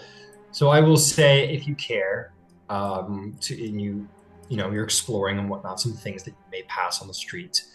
You pass the New Frontier Company, and you shop for adventuring gear. You pass by many human establishments. House Vidalis compound, the House of Handling. You enter the Guild Shaw, which is the commercial district with many dragon-marked houses who passed you by and by. And you get the sight of the Tower of the 12 that has been so often spoken by Rowan. You see this massive flying ziggurat-like structure with about 12 layers just sort of in a large pyramid-like formation.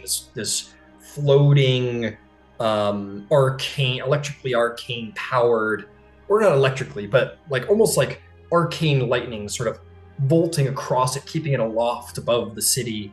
This obsidian ziggurat tower that is the joining place of dragon marked knowledge. Yes, Cross. One thing I want to do, and that is get Shell some more appropriate clothes.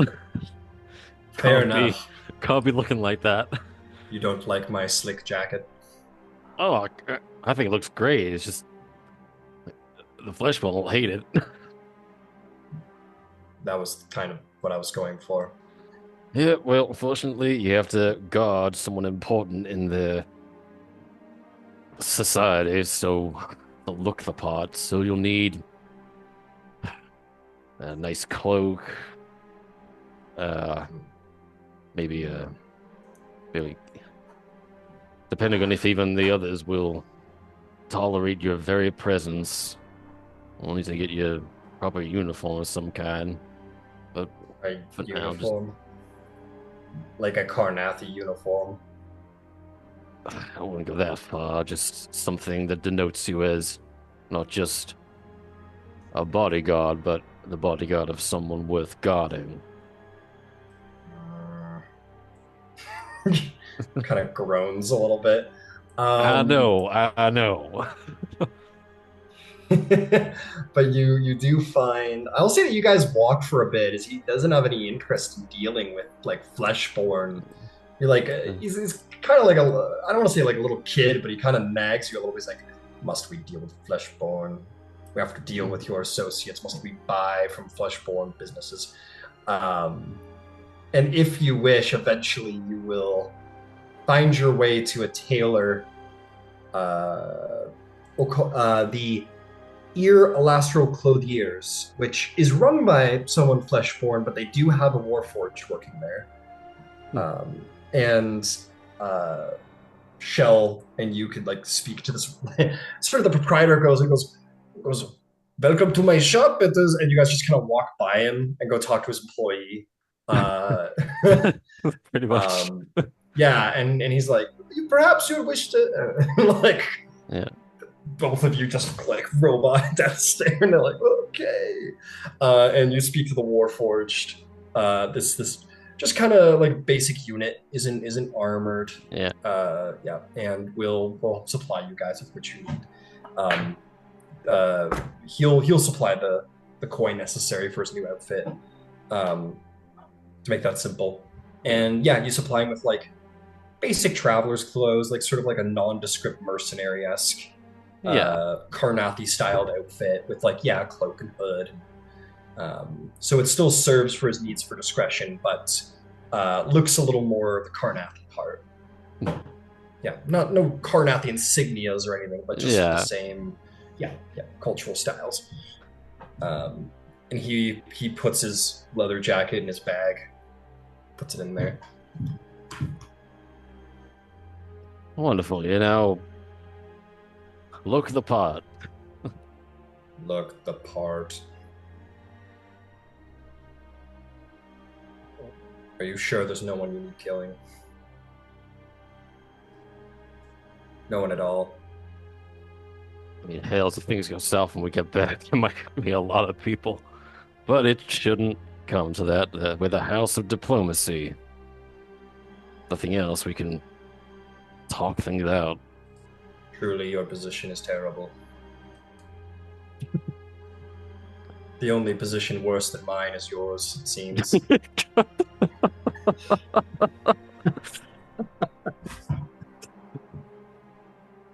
Okay. Like, okay, shut Yeah, up. it's like I appreciate the sympathy, but let's down a little.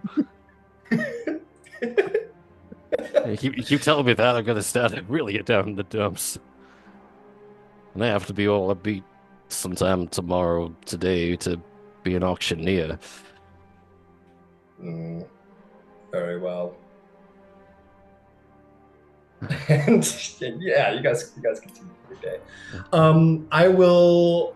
Yeah. So we'll say at that point, do you think you head back? Like, we'll say you guys have been out for like an hour or two, cooled off a little. So you come back to the inn, and it's a large inn. You guys aren't all like shoved in the same spot. You guys can go to the dining room, to your own lavish quarters, to like, whatever. Do you think the House of Leora just kind of hangs out with itself, or do you guys kind of mill about the inn? Oh. What do you guys do? What time is it? It's midday. It's about midday. The sun's still high above the sky. Yeah, I mean, I will,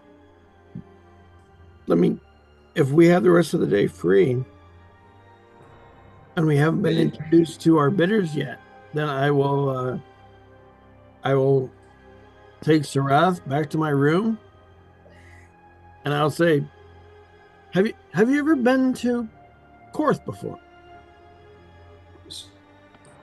Not officially.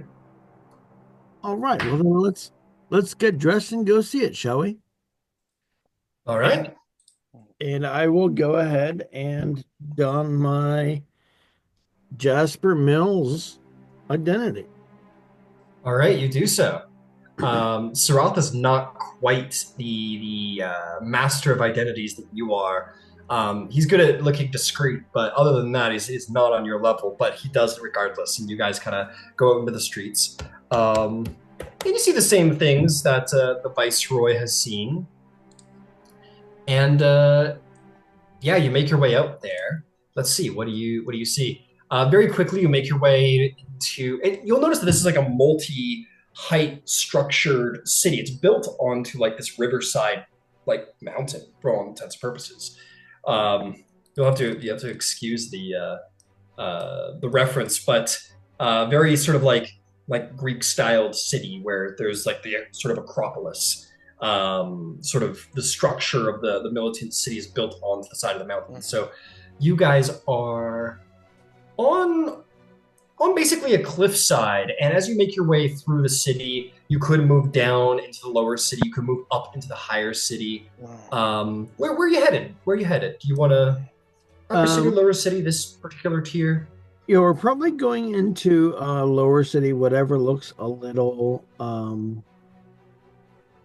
lower economy, lower social income. Sure. Yeah, if you're going to make your way in that direction, no problem. Sure. So the first thing that you're going to see is you go into the lower district and you think low. You find yourself into what can only be described as like the temple district. There's multiple temple districts, in fact, and you find yourself in the North Temple District, where many holy people or religious people employ themselves, large structures and buildings. You find that there is a lot of where you have gotten into a lot of blood of Vol presence immediately. Do you continue east, or do you go south, or do you go deeper into the current district? I guess we will, I'll turn to Sarath and kind of smirk and say, is there a particular temple you want to visit? I mean, sure. Sovereign Host is never bad. Well, then let's take some time for you, and we'll do that.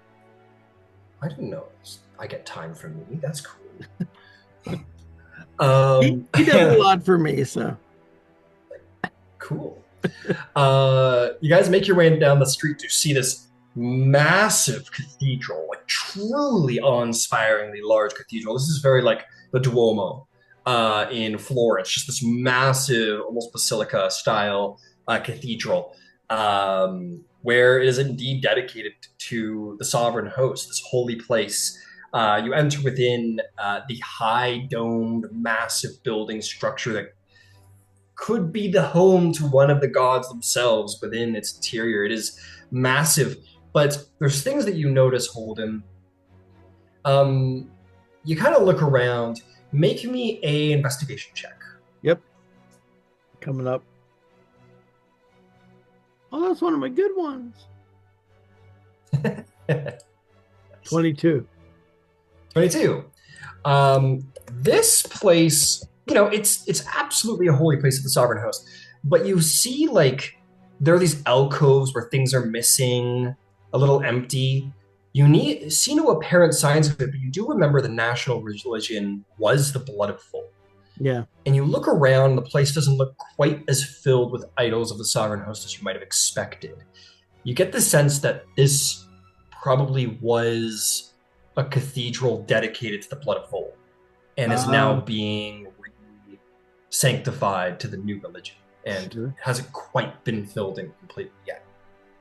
Interesting. All right. Well, I'll let Sarath have his moment. Yeah, he'll look around.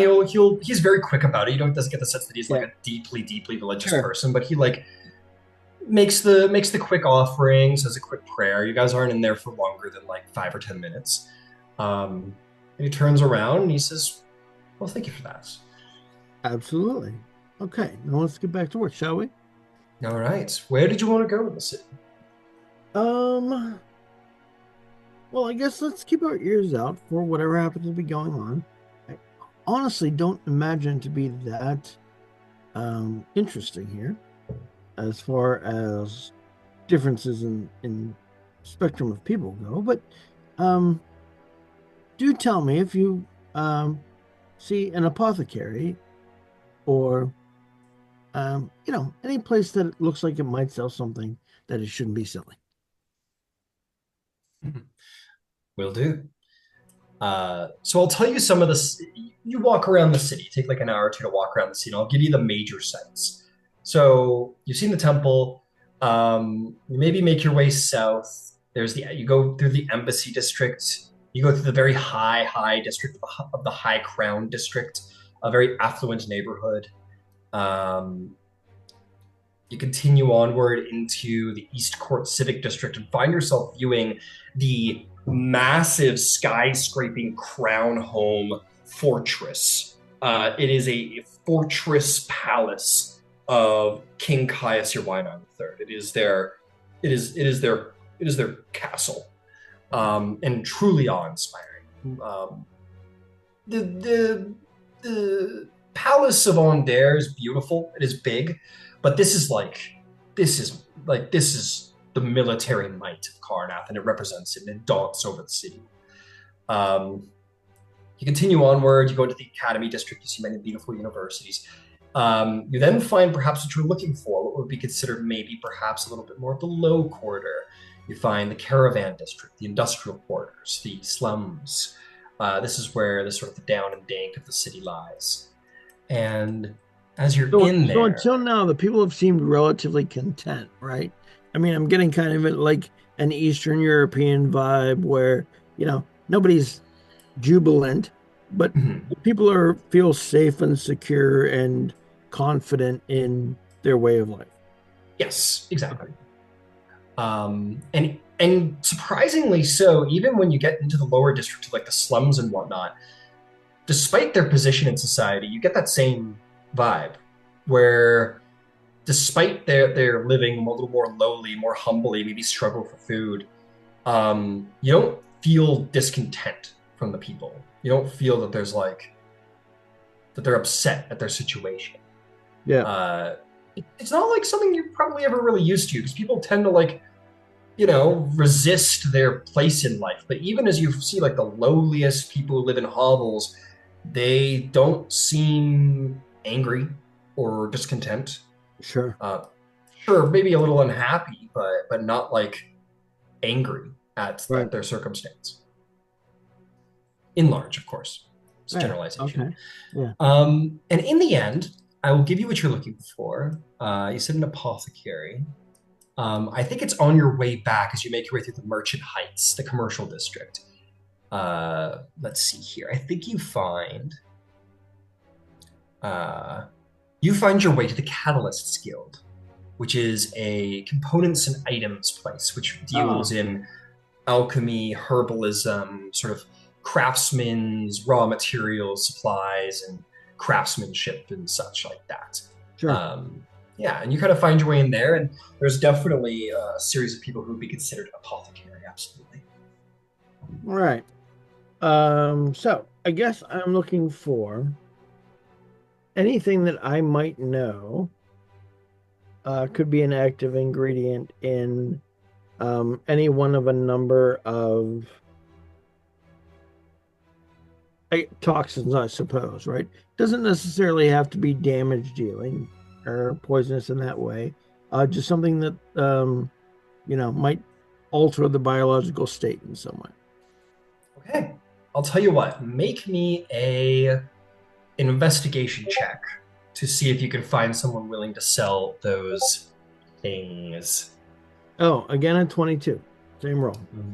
Fantastic. Not a problem for Mr. Holden. For Viceroy Holden de Leora. Incredible. Actually, yeah. Well, right now I am Jasper Mill. So. Yeah, the humble Jasper Mill. We don't know who that other person was. The humble Jasper Mill. Does Jasper Mill have a Karnathi accent? Yeah, absolutely. Mm-hmm. Holden doesn't use the Karnathi accent, but Jasper Mills absolutely does.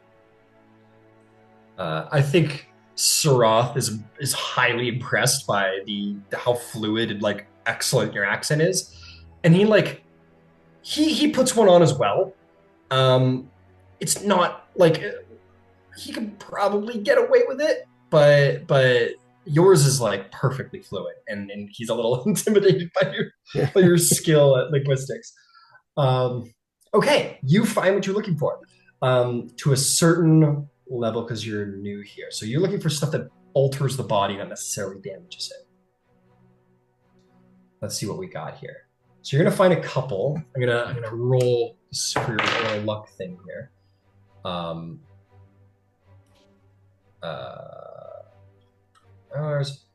So you want like specialized poisons. You don't want just like straight up damage poisons. Right.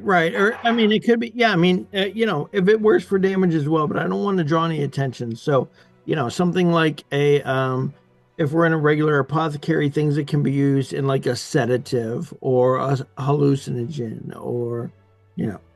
Got it. Would that be? You said subtle. So would you want that be in the delivery method? Because some delivery methods are more subtle than others. Well, I mean for the purchase to be subtle. I don't want to draw attention to the purchase. So yeah, the purchase is going to be subtle.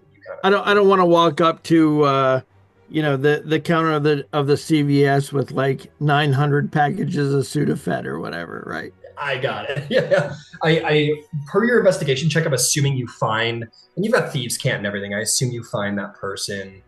They kind of take you into a back room to tell you a little more closely. So I'll tell you what that guy says to you. So I've got a selection. What is it that you want?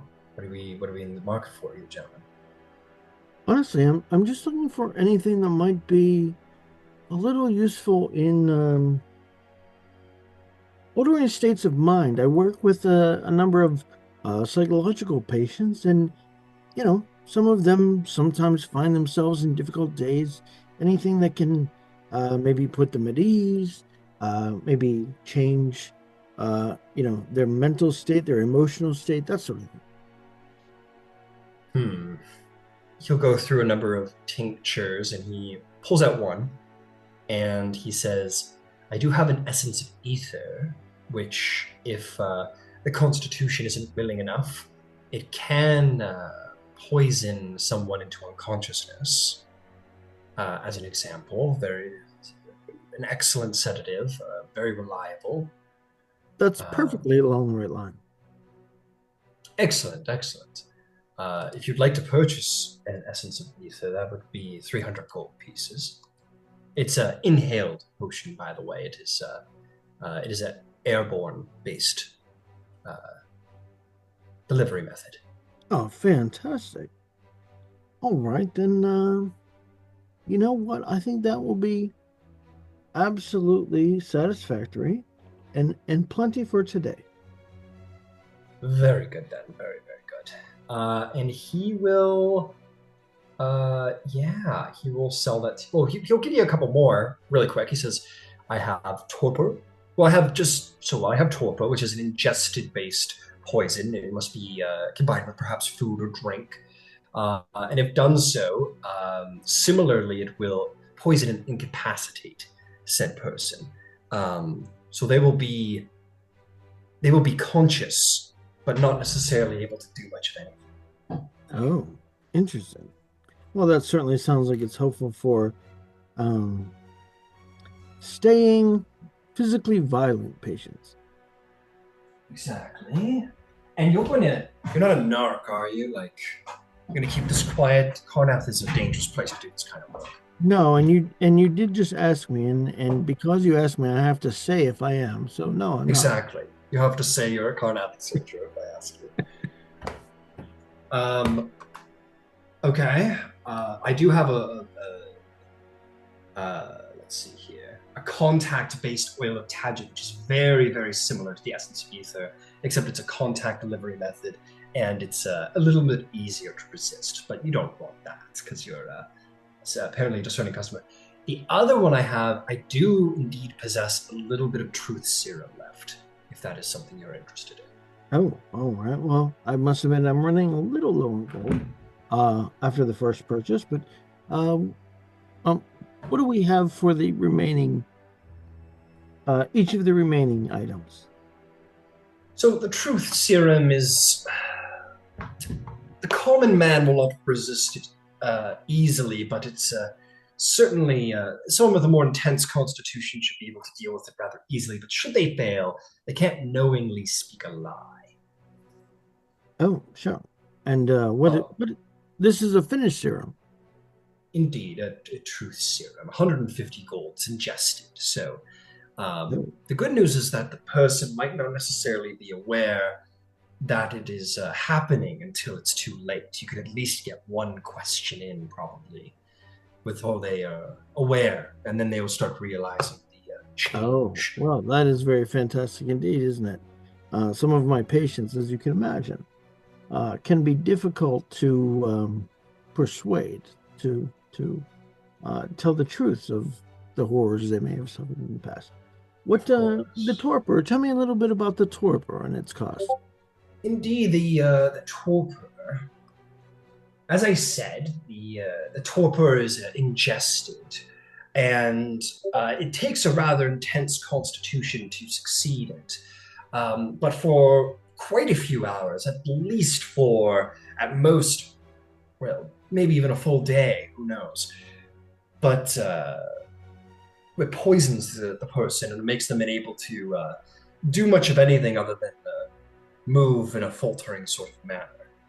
Essentially incapacitates them. They can't take any actions or reactions. So they can move, but that's about it. Mm-hmm. And the cost? And the cost.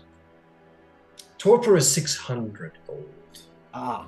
A little rich for my blood today, but I will take the truth serum. Very well. And he'll hand you his last vial of truth serum for 150 gold. All right. I'm sorry, what was the method of delivery for the truth serum again? It is ingested. So you could spike someone's drink or mix it with their food, perhaps. And the other you can look these up in your inventory. These will pop up in your inventory if you wanted to add them and be reminded of their stuff, if that helps.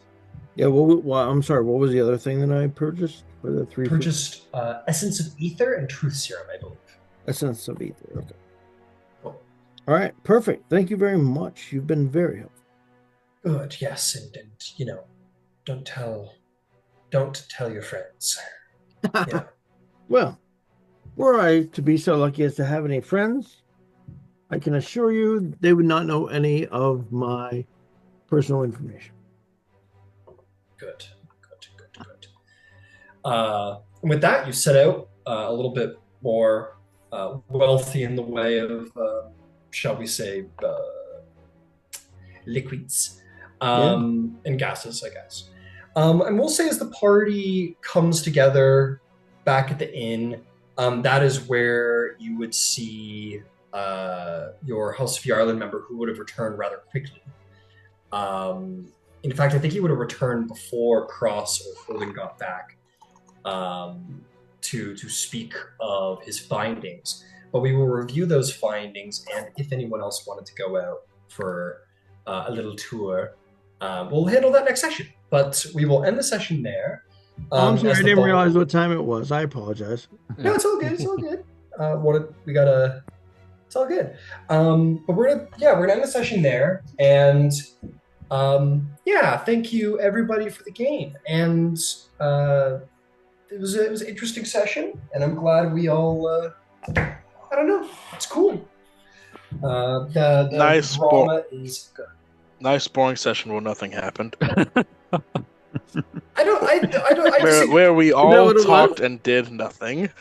I disagree. I think this is a conversation that has been long overdue about sort of Cross's behaviors and Cross's affiliations and stuff like that, and the party deciding what they want to, how they feel and what they want to do about that. On that Cross topic, is Ryan, a bad guy. you do have a DM in the chat. Yeah, also that. Cross can't act right, so. I'm really surprised you brought in Shell that early. I was himself in, man. I mean, for one, Shell just should have been like, oh, for fuck's sake, how am I going to smuggle you out? But also, it's kind of like, considering the last time we had like a major event, we almost assassinated, someone did die. I'm kind of like, I better just make sure like my bodyguard is currently guarding me actively as soon as possible. Well, the need for safety outweighs the need for discretion sometimes, I suppose. Yeah, it's kind of, I can't do my super secret job if I'm dead. If I'm super secretly dead. Yep. Here's this brand new guy I never told you guys about. I need you all to trust him. In fairness, you guys don't know each other that well. Yeah, don't. We don't. We really don't. And I'm sorry to have dropped the R word. It was all lined up, and it was, well, somebody has to swing at it. I might as well swing at it. I thought it was like a really interesting, like ethical debate. I thought it was like a really interesting conversation point. I was really intrigued by like the discussion that arrived out of that. I don't think that was bad, you know? I know that is a triggering element for folks, and we have a lot of very open-minded folks, so yeah. I'm sorry for any gut punch. My apologies. Was the R word robot? No, it's called robot. That's how they say Warforged and Karnathi. Robots. Robot. But yeah, I agree. We have a good table here, and I don't think we could play this particular game with just anybody, and everybody's able to accept the more tense directions that are taken sometimes, and that's good. That's fun. That's good fun if we allow it. I really do genuinely apologize. I didn't need to make those purchases now. I didn't realize that we were over time. I'm sorry. I knew we were going to I knew what was happening. That was my decision to let you have that moment there, Holden. So don't feel too guilty. Everyone's going to have their opportunity next session. I want to give everybody their opportunities, so don't feel bad. All right. Have a good night. See some of you tomorrow. See ya.